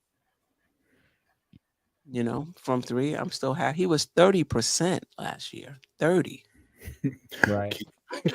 Keith in the chat already said that the RJ slump is coming. He already feel it. You feel it coming already. Let's hope not. Yeah, Grimes does get shots. Sometimes he passes them up like Jay Hart. He's young. Okay. Yeah. That's what I mean by I feel like we're expecting so much of him because he's in that starting lineup, and I just think he's not ready. It's not his fault that he was put in the starting lineup. He's in the lineup for one thing, and we want a lot of things, particularly myself. Grimes has only been to the free throw line once the entire season and missed. Let that sink in when you compare him to that is true. I didn't know that. Wow. That was true. I was looking at his stats earlier. He's 0% from the free throw line this year. That's crazy. I think though, and the other thing with Grimes is you can hide your worst defender on him. Mm-hmm. You can hide your worst perimeter defender on Grimes because he's not going to put the ball on the floor, try to create a shot. He's not going to do that. When we played the Clippers, they put Harden on him. What do you got to do? Just stay over there in the corner, you know, and yeah. Good point. Very good point. That's the thing about DiVincenzo is DiVincenzo, it reminds me of Rip Hamilton. The guy's never still. You know, he's always moving, and anybody who's played ball knows if the guy you're guarding is in nonstop, constant motion, that just wears you out, man. If you're having to run all over I mean, James Harden ain't doing that. James Harden not chasing anybody all over the court. You know what I mean? So you know, that makes a big difference too. Yeah. But I think I'm okay because if DiVincenzo is in the starting unit, I think our starting unit is better. Personally, I think so.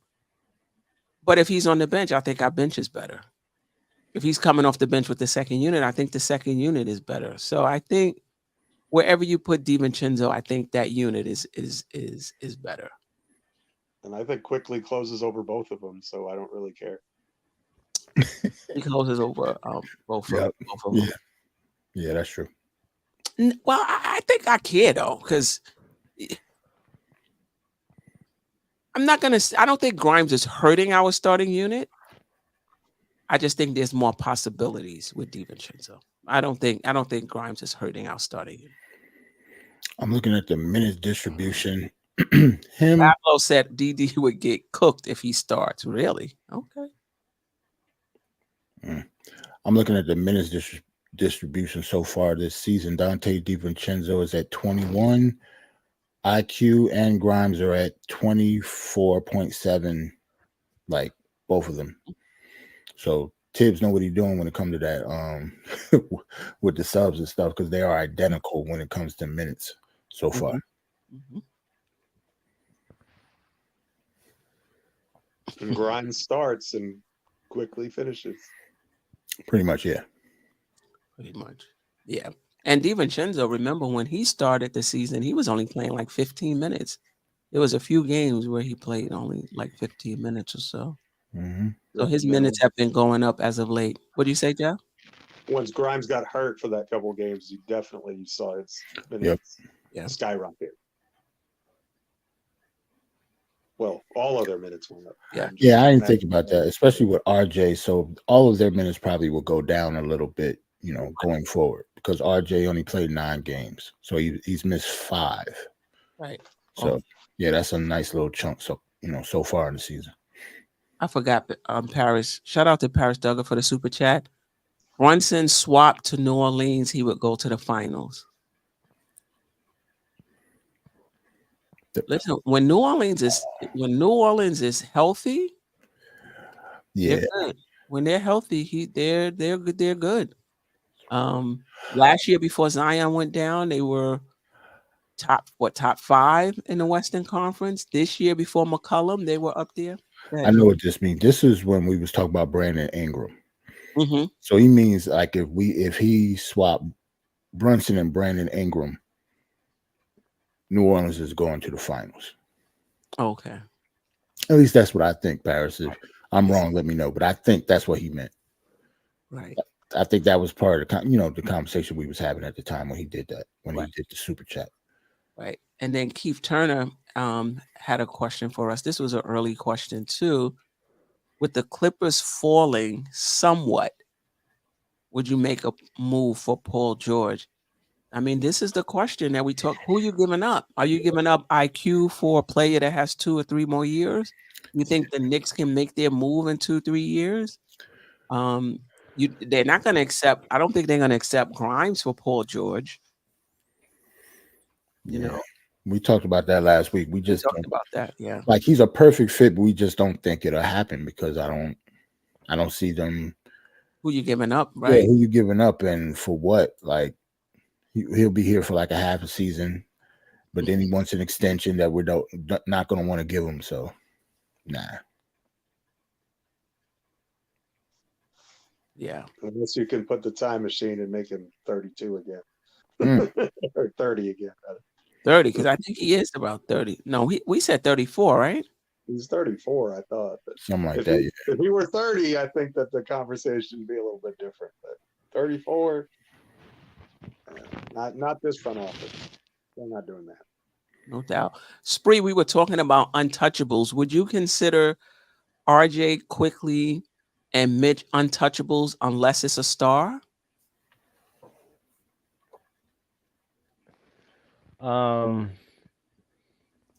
Say the players again. IQ, RJ, and Mitchell Robinson. Do you consider them untouchables unless it's a trade for a star? No, I don't consider anybody. I mean, the funny thing is, actually, of anybody that you just named, I'd probably say Mitch, the way he's played. Maybe just the way, because he brings so much value that just you can't really measure by just, I mean, obviously the rebounding, you can measure that, but there's so much he brings to the team. But no, I don't think anybody on our team is untouchable other than Brunson. No.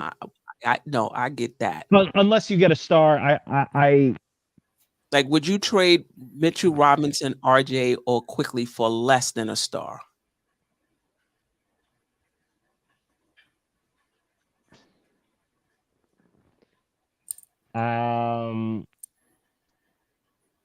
Tough one.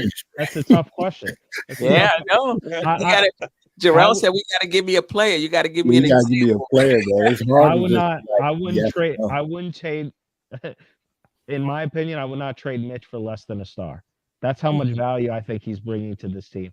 IQ and RJ to me are tradable, but it's got to be the right player that you think can take you. It doesn't need to be a super. You said star, not superstar, right? Right. Okay. That's different. Yeah, I mean, that's a very difficult question. I'm willing to move. I'll just say it this way. I'm willing to move RJ or Quickly if I'm getting something back that's going to help move the program forward that I think are better players. As good as I believe in IQ's game and as good as RJ's been playing early on this year, if that helps you understand where I'm coming from. Yeah, it does. Yeah. But great question. Yeah.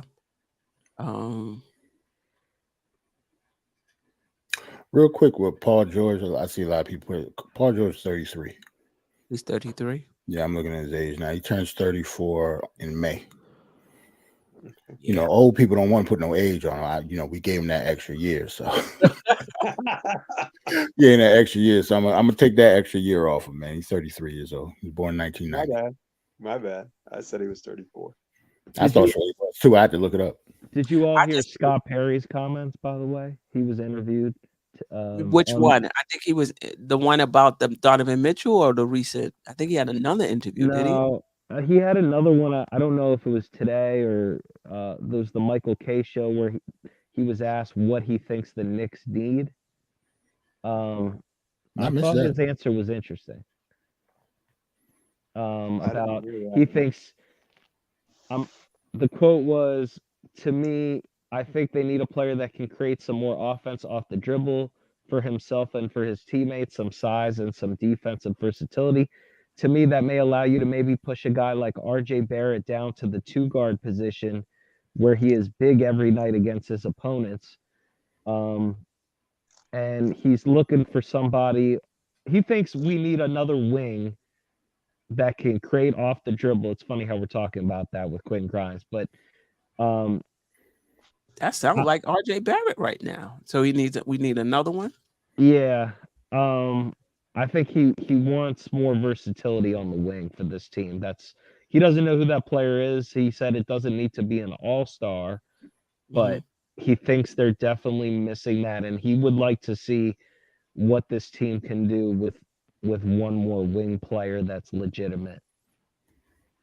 I don't know. So pretty much Scott Perry agrees with us. Yeah, he pretty much agrees with what you all been saying the past 2 weeks. Right. And he said that player doesn't need to be a star, just somebody that can create off the dribble. Yeah, he specifically said it doesn't need to be the traditional, oh, you need a third superstar or a star that's better than Brunson and Randall. He didn't say that. He did not say that. Yeah. Right. So, I don't know who that player is, but I don't know who that player is either. I don't know if the Knicks don't talk. The front office doesn't talk, so we don't know. It could be I don't know if the anybody. Knicks know who that player is either. That's maybe why we haven't acquired him. right. Yeah. I think we're thinking too high on the trade too. I think the players that we're talking about trading for, they're not available. Well, here's my question too, just about this. Let's forget the names. Do you believe the Knicks will try? I'm not saying they won't try. Do you think the Knicks will have a chance to do something at the trade deadline to make that move, or is it not going to come until in the off season? Does anybody? I know that's a very hard question because we're trying to predict the future, but what do you think the front office timeline is for this? Are they just going to be patient? Off season, to be honest with you, I think, I just think that the in-season trades are so difficult anyway, and people do become available at the deadline. But I just, I don't know that they're going to make a move that is lateral or just a slight improvement at the deadline for a player who, unless it's someone that they feel fits their culture and they'll have them for a long time, as a long-term upgrade. I think that the real improvement of this team is going to come this summer. And I think the Emmanuel Quickly contract settlement of that situation is going to be a big part of it. But this is why I think something might happen at the deadline, because the Knicks are going to have to make up their mind about Quickly at the deadline or before the deadline, somewhere before the deadline, that this guy is playing well enough that he's going to command a big contract. Are we willing to pay it? And if they are, Quickly will be here and he'll make it to the summertime and they'll sign him for whatever it is. But if they feel like we don't want to pay him or it's going to be too much, I can see him and Fournier and somebody else going at the deadline. But I agree, Geoff. I don't think it's going to be a blockbuster. Who did we get? We got a Derrick Rose. We got a Hart. But if you put in Quickly in there, though, it can't be. It will have to be somebody worth trading for.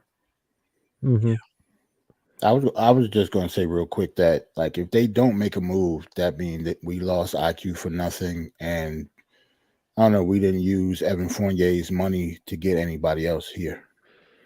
So that means if his money comes off the books and we don't have him in a trade, then nothing. You got nothing out of it. Yeah, you got nothing out of it.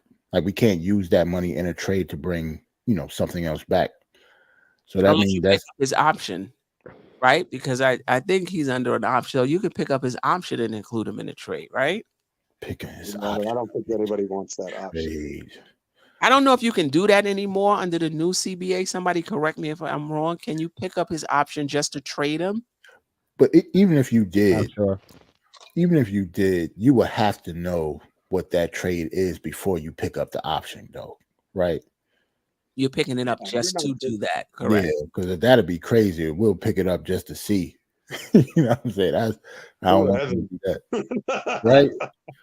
And that's diabolical. That's like evil for Evan Fournier's perspective. Like, that's weird, right? I think if the Knicks are not going to lose IQ for nothing, they're not going to do that. I hope not. If he's not traded at the trade deadline, they're going to match any contract. And I think they can still negotiate with him as well. Under this new CBA, they can negotiate with him as well. But I would think his representative would be like, no. Y'all had your chance. We're going to see what we can get out here on the open market. So we're not going to lose him for nothing. They have to sign him. Steph, can I just tell you one thing about Friday? You know the two guys that woke up and got their own little private workout before the Knicks had shoot around? Who do you think those two guys were on the team? That went to the gym early to Georgetown. And the reason I know I this say Brunson and IQ. Yup. That's why I love IQ. Like he's a worker, and as much as he can frustrate me at times, he puts in the work. And so like I'm not saying other people on the team don't work hard. That's not what I'm saying. What I'm saying is there are certain guys that you know are going to be good in this game. It's because they're willing to stay late. They're willing to come in even earlier before the optional shoot around to get in the work to be ready to play in the game. So I just wanted to say that. Yeah. Say what you want. About IQ. He's he's a worker.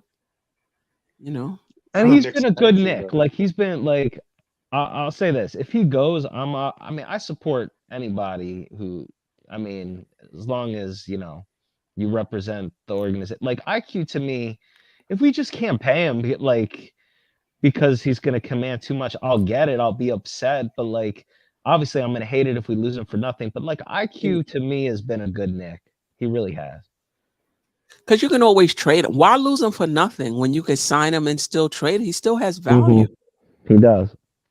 He still has value. So why lose him for nothing? I don't. That's what. For nothing. Who was it? DeAndre Ayton in Phoenix. They didn't want to. They didn't want to pay him. He got an offer from, I believe it was Indiana.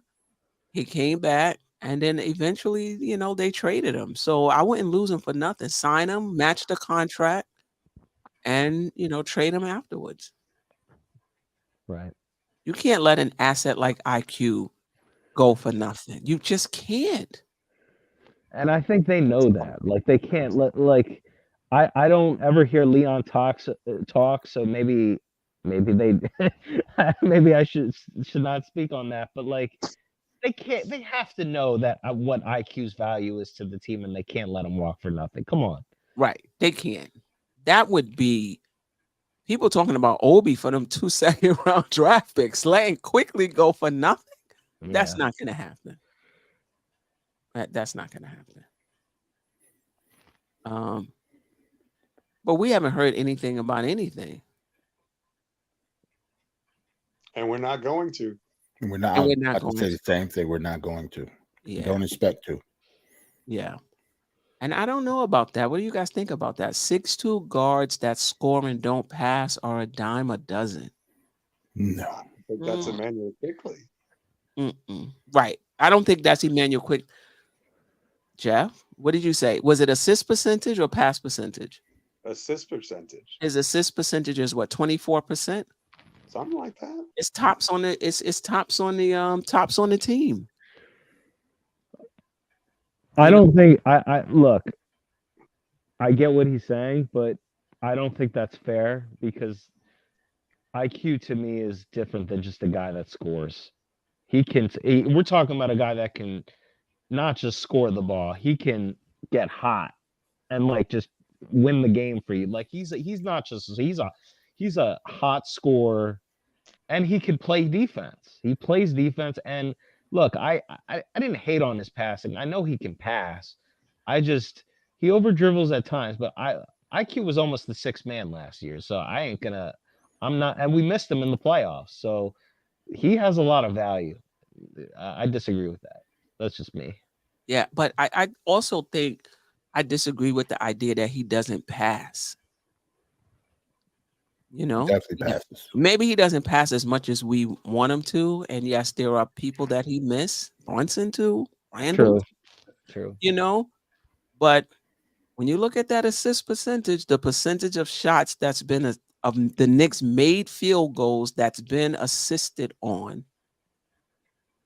I haven't looked at the team ranking, but Quickley is up there. I don't know if he's first, second, third. But he's up there. Thank you, Mega. Hit the like button. We got 111 in the chat or watching. I really appreciate that. and we have 53 likes. So if you haven't already, hit the like button. It definitely helps the show. I mean, I personally, yes, I get the comment JJ made about did we miss Quickly? He was bad in the playoffs. Yes, Quickly was bad in the first round. I'm not disputing that. But I think we missed him in the Heat series, late in that series. He still can get hot at any moment. It's just me. But I missed him. I missed him for the entire playoffs. Yeah. I was about to say, you can almost say that about damn near everybody on the team except for Brunson. And Mitch in the first round. Yeah. And RJ Barrett. I thought was good too. I know if AJ was here, he would bring up Game 6. But I was about to say he was okay. He was all right. He's all right. I appreciate you, Drip Moore. Appreciate you. One thing I want to just say about Randall, Steph, before I go, if you don't mind. Just and then I appreciate, first of all, the show so much. You guys are all great. I love your opinions. Last week's show was fire. Randall, I said this in the playoffs watching him. He needs to be attack more downhill. We got to get him in pick and rolls, moving more.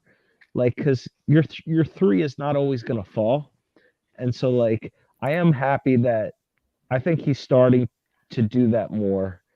Because in the playoffs, when it bogs down, yes, you just have to be more versatile. You can't just be out on the perimeter shooting threes, especially how powerful Randall is getting to the basket. So I just wanted to make a note of that. I think they have tried to do a little bit more pick and roll with him and Mitch to get the paint out, to get the size out of the paint. I think that is important. And I think it's important for Randall to read things out of pick and roll. That's just me. But I just wanted to say that, and I appreciate all that you do, and thank you very much. Yeah, appreciate you, Spree. Stop by anytime. Yeah, man. You're all great. right. Yeah, appreciate you, and Have a I good think night. you too. I've noticed Randall playing more in the post this year than in years past. You know, he's got game. There's very little that man can't do on a basketball court. He is super talented. Right. And his assists is up. I don't know if he's passing more. Maybe he's passing more. I just think we're hitting shots. You know? Lately, yeah. Definitely hitting shots, except for last night, obviously. Right. Yeah. No doubt about it. Let me see if I have anything else. Anything you guys want to bring up? Anything in the chat want to bring up? We talked about Mitch and RJ. We talked about winning versus so-called bad teams. We talked about the bench. We talked about some trade rumors. About to say, looking at the schedule now, what we got coming up. I know we got Miami and the Suns, but who's after that? Is it Toronto on the first? I'm looking now. Hold on. No, we got a game on the 28th and the 30th. At MSG Hornets again. Yay, Hornets. On the 28th, and we play the Pistons right after that. So we got two tough games, the Heat and the Suns, but then we got the Hornets and the Pistons. Let's go 4-0. That's next Tuesday and Thursday. Okay. Yeah. Tuesday and Thursday. And we play Friday also, the Raptors. That's the game. Okay. I skipped over. You know, when you look at Miami, they don't really have, like, I see Lowry out there at 88 years old. I see Kevin Love out there at 96. And you're like, I'm like, who Hero is injured, you know, so they're playing their rookie, but this is Miami. I guess this is what they mean by heat culture. Right. We have our system, we could just plug somebody in and we'll be okay. I mean, that's basically what's happening. You know, they rolled off, like Geoff said earlier, a few wins, 6 in a row, 7 in a row, not against great teams. You know, if they have a few respectable teams in there, but just like us, you play who's on your schedule. I think this is going to be a tough game for the Knicks. And the Knicks are a better defensive team than Miami. I still think it's going to be a tough. Gonna be a rock fight. It's the Heat and the Knicks. It's always a rock fight. Yeah, because you got Bam and Bam has to pick his poison though. Because he can guard Randall one-on-one. They're not going to need to bring a lot of help for that. But who's guarding Mitch on the offensive boards? Bam can't do both. He did a really good job with Mitch, but you ain't guarding Mitch and Randall, so you're gonna have to pick. Yeah. And if you got Kevin Love in there, Julius Randle make him barbecue chicken. No doubt. And if you put Kevin Love on Mitch, now these Kevin Love on Mitchell Robinson, it would be all right, probably though. Yeah, that was about to say because they're he's like a crafty veteran. But I do think Mitch is, and he had an impact on Mitch in the Miami series. But I think Mitch is stronger now. Yeah. And Mitch is smarter now. He is. So, yes, he does have Thomas Bryant. I don't know how much he plays, though. Yeah, I don't know how much he plays. I'm not scared of Thomas Bryant either, though. I think that's if it's Thomas Bryant and Mitch, I think Mitch is going to get his rebounds and do his thing. Well, I don't know how much. Like Thomas Bryant didn't play last game. Yeah, I don't think he's playing that much, if at all. They're probably going to put Jimmy Butler on RJ Barrett. Mm-hmm. They're going to trap Brunson. They're going to trap Brunson. They might have to put No, you can't put Butler on Brunson. That's just too much work for him, and you're asking him to score too. So he'll see some possessions on Brunson, but I can't see that being his main assignment. I think they just blitz him and trap him and make RJ and beat him. I think that's going to be the game plan anyway. I mean, their guards are Lowry and Duncan Robinson, so somebody gonna have to guard Brunson. He gonna cook either one of those two. Pretty much. Yeah. Because the guys who gave him trouble last year were Vincent and Strus, and both those guys are gone. Right. Yeah, but they just roll them out. They just open up the barn and roll two more in. Look, I said it's gonna be a rock fight. I didn't say we're gonna blow them out now. It's gonna come down to it, and it's gonna be, it's gonna come down to the final possession. It usually does. Yeah, I'm actually looking forward to that game on Friday. That's my birthday. They gotta win on my birthday. Come on. Oh, happy early birthday, because I'm gonna forget. Yeah, happy early birthday, Geoff. So if you don't see me drop you a DM on your birthday, that's all right. I don't need that. I'm just saying, get me a Knickerbocker win, and then we gonna celebrate. Straight with the win. I'm just straight with the win. That's all I'm asking for. Yeah. And then we got the Suns after that. At home or Kevin Durant kills us though. It's at home, but Kevin Durant kills us, man. We never beat KD. Kevin Durant killed everybody, Geoff. So we wouldn't. Yeah, but I mean specifically, I don't think the Knicks have ever beaten Kevin Durant, like ever. Like doesn't matter who he's playing for. I don't think we've ever had a win against that dude. I mean, yeah, Steph. So if you want to have a show on Wednesday, those are the only 3 games we have: the Heat, the Suns on Sunday, and the Hornets on Tuesday. Yeah, it would have to be Wednesday. We're gonna have the women's show at 7:00, and then we can go on. That works better for me because I probably won't get home till like 8:30 anyway. So okay, 8:30. So I'll get home from church and then I'll be ready to hop on if you're gonna go about that time. Okay. And you and the ladies need at least an hour and a half. That show's fire. You girls do such a good job. Yeah, we might need. We probably gonna take 2. We're just gonna take what we need because for sure there's gonna be about 6, and the bigger your panel, the more time. It's gonna be 6 ladies. It's gonna be an hour and a half, huh, Steph? No. I said we're gonna take what we need. So We may not go till 9:30. That might be 2.5 hours. Right. Yeah. Right. Yeah, I think it's gonna be. I was about to say.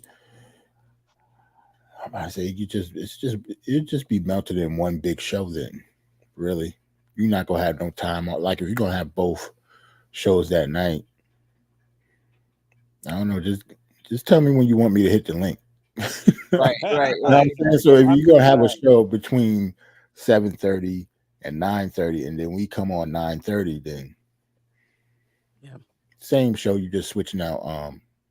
We the bench that night. That's okay. I see what you're saying. Yeah, instead of like a separate link, just right. Just have one big show, unless you want, a little bit of time to yourself.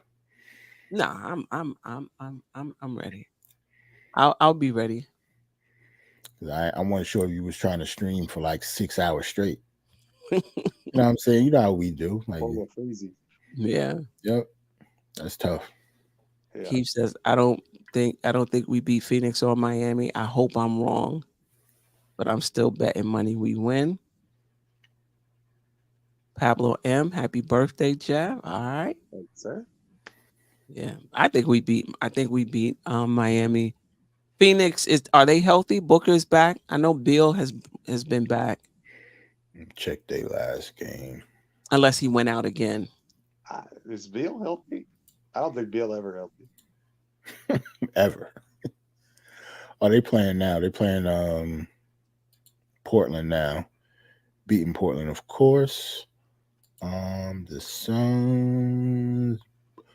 Yeah, Bradley Beal isn't playing. They don't need him though. Yeah, 0 minutes. Greg said 0-3. Nah. Damn, we're gonna lose to the Hornets? Nah. Come on, Greg. The Hornets. I mean, I would say that Charlotte is playing better. Bridges is back. So they're it's gonna take them some time to get their groove. So I just want to catch them while they still trying to get it together. Because he did came like our game was Greg's coffee. Somebody get that man a fresh cup of coffee. Because Bridges came back during our game, right? Wasn't it our game was his first game? So first or second game, yeah. First or second, okay. So yeah, he ain't getting the groove yet. Yeah. I know. I see Jerrell picked him up off the waiver wire. I was trying to get some information on him. Like, when is he? I got him in my other league. I had to pay $10 though. So I was like, when is he coming back? Like, if I knew in my mind that after 10 games he was coming back, I would have been swooped him up. I got Ja. Can't find any information. I got Ja coming back at 20. Yeah. So Jared Allen is on the waiver wire right now. I'm like, I know he's not playing well, but somebody dropped him. I got him. I put in a bid for $21. That's going to be a big, and I might not even get him. Yeah, that's a big get. Well, but because he hasn't been healthy. That's why. He had the ankle, Right. So somebody dropped him. He doesn't come off the waiver wire to the 23rd, though. I think that's Thanksgiving. So yeah, if I can get him and I pick Bridges up off the waiver wire, we'll be doing all right. All right. Enough fantasy talk. Anything else before we get out of here? Anything else from the chat? Anything else from you, Jerrell, Geoff? Nah, man. To you, Queen. Thank you as always for having us. This is of course one of my favorite times of the week. Between this and teaching my Bible classes, that's about as much fun as this old man has. So it's a pleasure as always. Happy Thanksgiving to you and yours. Be safe, have fun, everybody. Yep, just happy Thanksgiving, everybody. Salute to the chat. Great show as always. Getting out here a tad bit earlier than usual. Yeah, that's all I have. I didn't want to bring. I mean, we just did the Queen's Court yesterday, so I'm like, right. We still got 2 hours. We still got what? We still been on 2 hours, Queen. Yeah, and we still and we still got 2 hours, right? It's crazy when I'm talking about 2 hours is the short show. Right. Remember when we first started? Yeah. We used to go 3.5. Like we've done 4 before. Yes. Yeah. Thank you, Greg said too short. I know. I'm running out of things to talk about. I said y'all got to ask us some questions in the chat. Yeah. If that's the case. Yeah. Hit that thumbs up before you leave. Thank you, JJ. Yeah. What everybody making for Thanksgiving? Get some hits on that. Yeah. I'm making my own little small dinner at home, and then I'm going to family upstate. So I bought me some. I'm not a big like a whole turkey. Like it's just me, so I'm not gonna buy a whole turkey. So I bought some turkey wings. I make my own cornbread stuffing. I make my turnip greens. Nice. And I'll have that at home for when I come back. I bought me it's hard to find a small ham though. So I ordered one from Whole Foods already sliced. It came, I mean, when I said small, I'm like, damn, it's like 8 slices. They gave you a little butter ball. You're eating that for 2 weeks. So yeah. So I'll have that for when I come back. And then of course whatever I bring back, which would probably be ham. I wait for Thanksgiving for the spiral ham. Really? I wait for Thanksgiving for the ham. I'm gonna come back with pans of ham. Hey, yo, C-Mac said he making turnovers for Julius Randle. That's a cheap shot, man. Oh, That man. is funny. That's real funny. Now, we didn't talk about it. I think, yeah, this happened in July. You know, he didn't think that that they would listen to him and what have you. I don't know if he did this in foresight. I want to say, reading the article, that this was something separate. But now, yeah, he doesn't trust Adam Silver to arbitrate the issue between the Knicks and Toronto. I think he's friends with is it the Toronto owner or something? And he doesn't think it'll be fair. I try to stay out of rich people business. I have no idea what James Dolan is doing. Like, it don't really affect us, you know, us fans at the lower level of stuff, unless he raised prices again or something like that. Just get us a championship. I don't care about any of that stuff. I don't get to resign over whoever, keep playing your kazoo or your harmonica, whatever you be playing in your band, and just get us a championship, man. Right. Yeah, no doubt about it. I had to relearn Thanksgiving, y'all, because Southern Thanksgiving is a little bit different than it is up north. I mean, we used to stuffing, and they do dressing, like cornbread dressing. Right. There's and it just, you know, it's just different. It's not, I'm not saying, my wife is an amazing cook. She makes this cornbread salad that's got tomatoes and bacon and cornbread and onions. And oh, it's so good. That's like my favorite thing that she makes for Thanksgiving. So I'm looking forward to that. And then, like I said, they have, I'm a stuffing guy, but they do cornbread dressing. It's not the same. It's good, but it's not the same. It's just different. And so, you know, I had to learn all of that stuff when I moved. I had a little bit of a culture shock at first, but I still get like the green bean casserole with the French fried onions crispy on the top. I like that. That's real good. And then they have broccoli rice casserole. It's really good. Talk about this food like it's a Knicks, right? Analyzing and then coming off the bench is the potato salad. You got like the crispy onions on the top of that thing right there. You can tell when people love food, you can tell how they talk about it. They get on deep into it. Yep. Yeah, I actually prefer cornbread stuffing, but now that you mentioned it, Geoff, I got that recipe from my grandma, and she's, you know, and she's a Southerner. I love cornbread stuffing. My favorite. That's what I look forward to Thanksgiving: cornbread stuffing, spiral ham, and cranberry sauce that's either homemade or from Trader Joe's. I can't do the can. When we grew up, we did the can, but it's like the can, don't it? Right, Trader Joe's. Cranberry sauce, stuffing and cranberry sauce. I'm good. Some slices of ham. I don't need nothing else. I'm good. Yeah, I'm originally from Brooklyn, but my mother and family is from North Carolina, and my wife's family is from Alabama. So I don't know what normal Thanksgivings are. Like all of my Thanksgivings have been events. You know what I'm saying? Like it's whole spreads. I don't know how to cheapen out Thanksgiving. Right. And everything is from scratch. Right. Like they don't buy nothing. It seems like it's just ingredients. Yeah. I'm actually bringing. I'm making a like we'll always have the turkey, and then we'll have an alternative meat. So I'm making a leg of lamb actually to bring. Oh, that sounds good. Yeah, I'm the smoker of the family. Like I'm smoking. Like like I got a 2 barbecue pits in my backyard. Maybe I'll smoke it. I have a smoker that's on that a kettle smoker that you could put on top of the stove, actually, and put your wood chips and what have you in it. It got a big dome on it, and you put it on the eye, and you gotta obviously cook it at whatever your temperature is. But I might smoke that lamb. That'd be good. I made some smoked lamb not too long ago.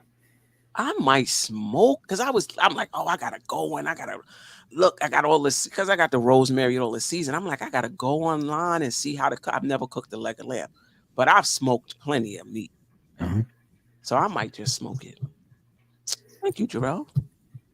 Thank you. I live in West Texas. We smoke every kind of meat. Well, yeah, I don't even want to. Yeah, I don't want to be in conversations with you, Jeff. I'm pretty sure you can walk across the street and just run into a barbecue pit somewhere.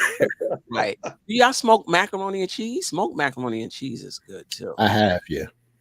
I have. That's easy. Yeah, fried turkey, man. Everything tastes better smoked, though. Yeah, it does. Yeah, I'm with you on that, Jerrell. Even down to meatloaf, it could be the simplest thing. Put it in the smoker. Yeah. What you got over there? Hey, what you got your plate of food? Hey, put it over in the smoker. Come back in half an hour.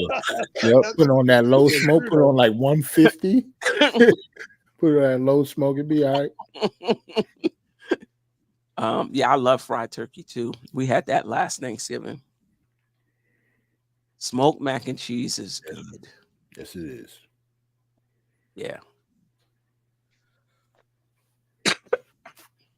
Yeah, the Pacers are a high scoring team. The Pacers and the Hawks tonight.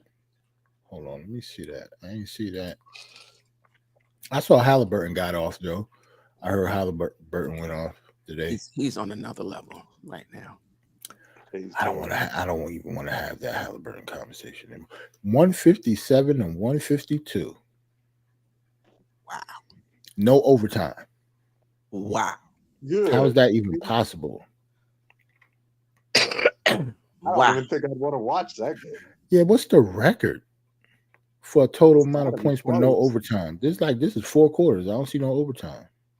Wow. That's some Paul Westphal Denver Nugget back in the day. Like, I see somebody said Obi Toppin had scored 21 points. Everybody scored. It was 157 and 152. When nobody playing no damn had 20. Right? You know? Like, I think I had 6 popcorn points. vendor had a triple double. I think I had 6 points. I put a couple threes. I don't know if you saw me up there. Yeah, everybody scored 157, 152. That's crazy. Okay. Who won? Oh, the Pacers. Indiana. Yeah, Indiana. Yeah, they're ahead of us. That's going to be. I can't wait for that game. I don't know when it is, but I can't wait for that. Yep, they're 8-5. Hawks are 6 or 7, right behind us. Yeah, it's early in the season. Yeah. Pablo M says that's like an all-star game. Yeah, it is. Yeah. Yep. The Pacers was up there last year before Halliburton got hurt. Go ahead, Jerrell. They was up there. Oh, before Halliburton got. Yeah, you're right. In the standings, they were. I don't know if it would have held or not, but. Yep, that is true. Yeah. Yeah, the Knicks would last in pace, so that's going to be a game of who can get the other team to play their style. Right. Yeah. We can control the offensive and defensive glass. He who controls the boards controls the pace. Yeah.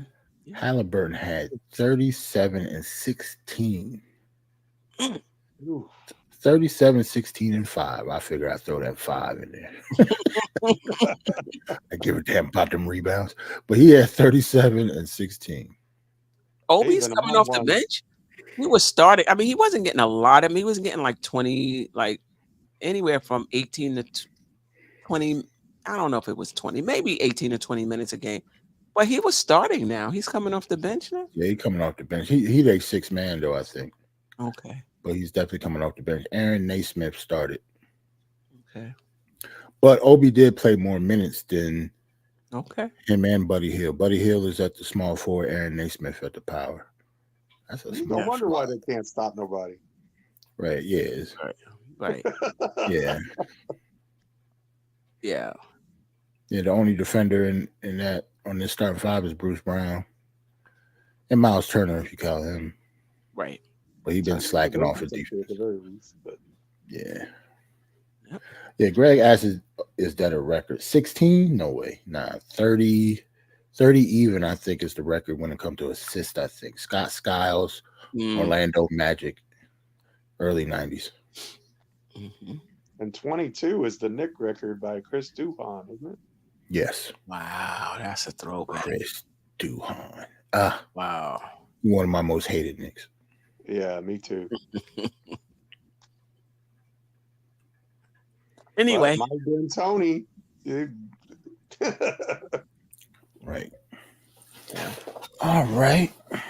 All right. We out of here. Jerrell, I appreciate you. Geoff, shout out to Chad. I appreciate you.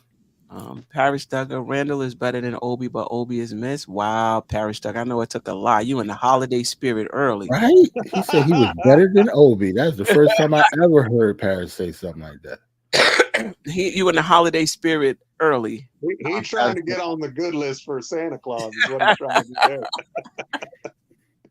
there. Last ditch effort. And I don't know if did the Sixers win? The Sixers came back. Oh, they lost in, I think it was like double overtime. But they was down big to the Cavs, and they came back, but they lost by 3. Okay. Yeah, I can't wait to play Philly. I can't wait to play Indiana. Yeah, I'm looking forward to the Miami game. Yeah. Anyway. Shoot, I want to play the Magic. I don't. They good. Them young players is balling, man. They won 4 straight. They 9-5 right now. Wow. I love Paolo. I think Paolo is a stud, man. Yeah. I'd love to see him in Knick uniform. Yeah. I mean, he's not playing very efficient this season, but hopefully he'll come around. What was I gonna say?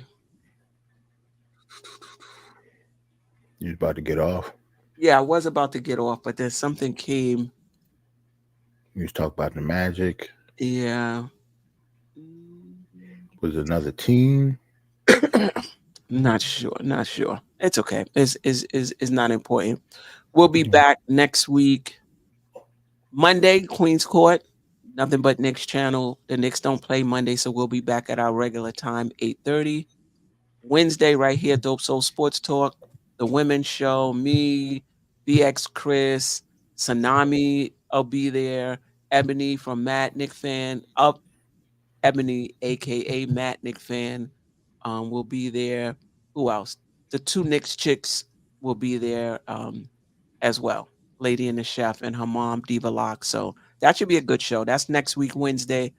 And then Dope Soul, the Just Nick and It weekly show. We'll decide whether it'll be 2 separate shows or just, have the bench come in. Have the starters and then the bench come in. For now, I know y'all can start. The usual starters. I'll be decent, bad. Coming and shooting.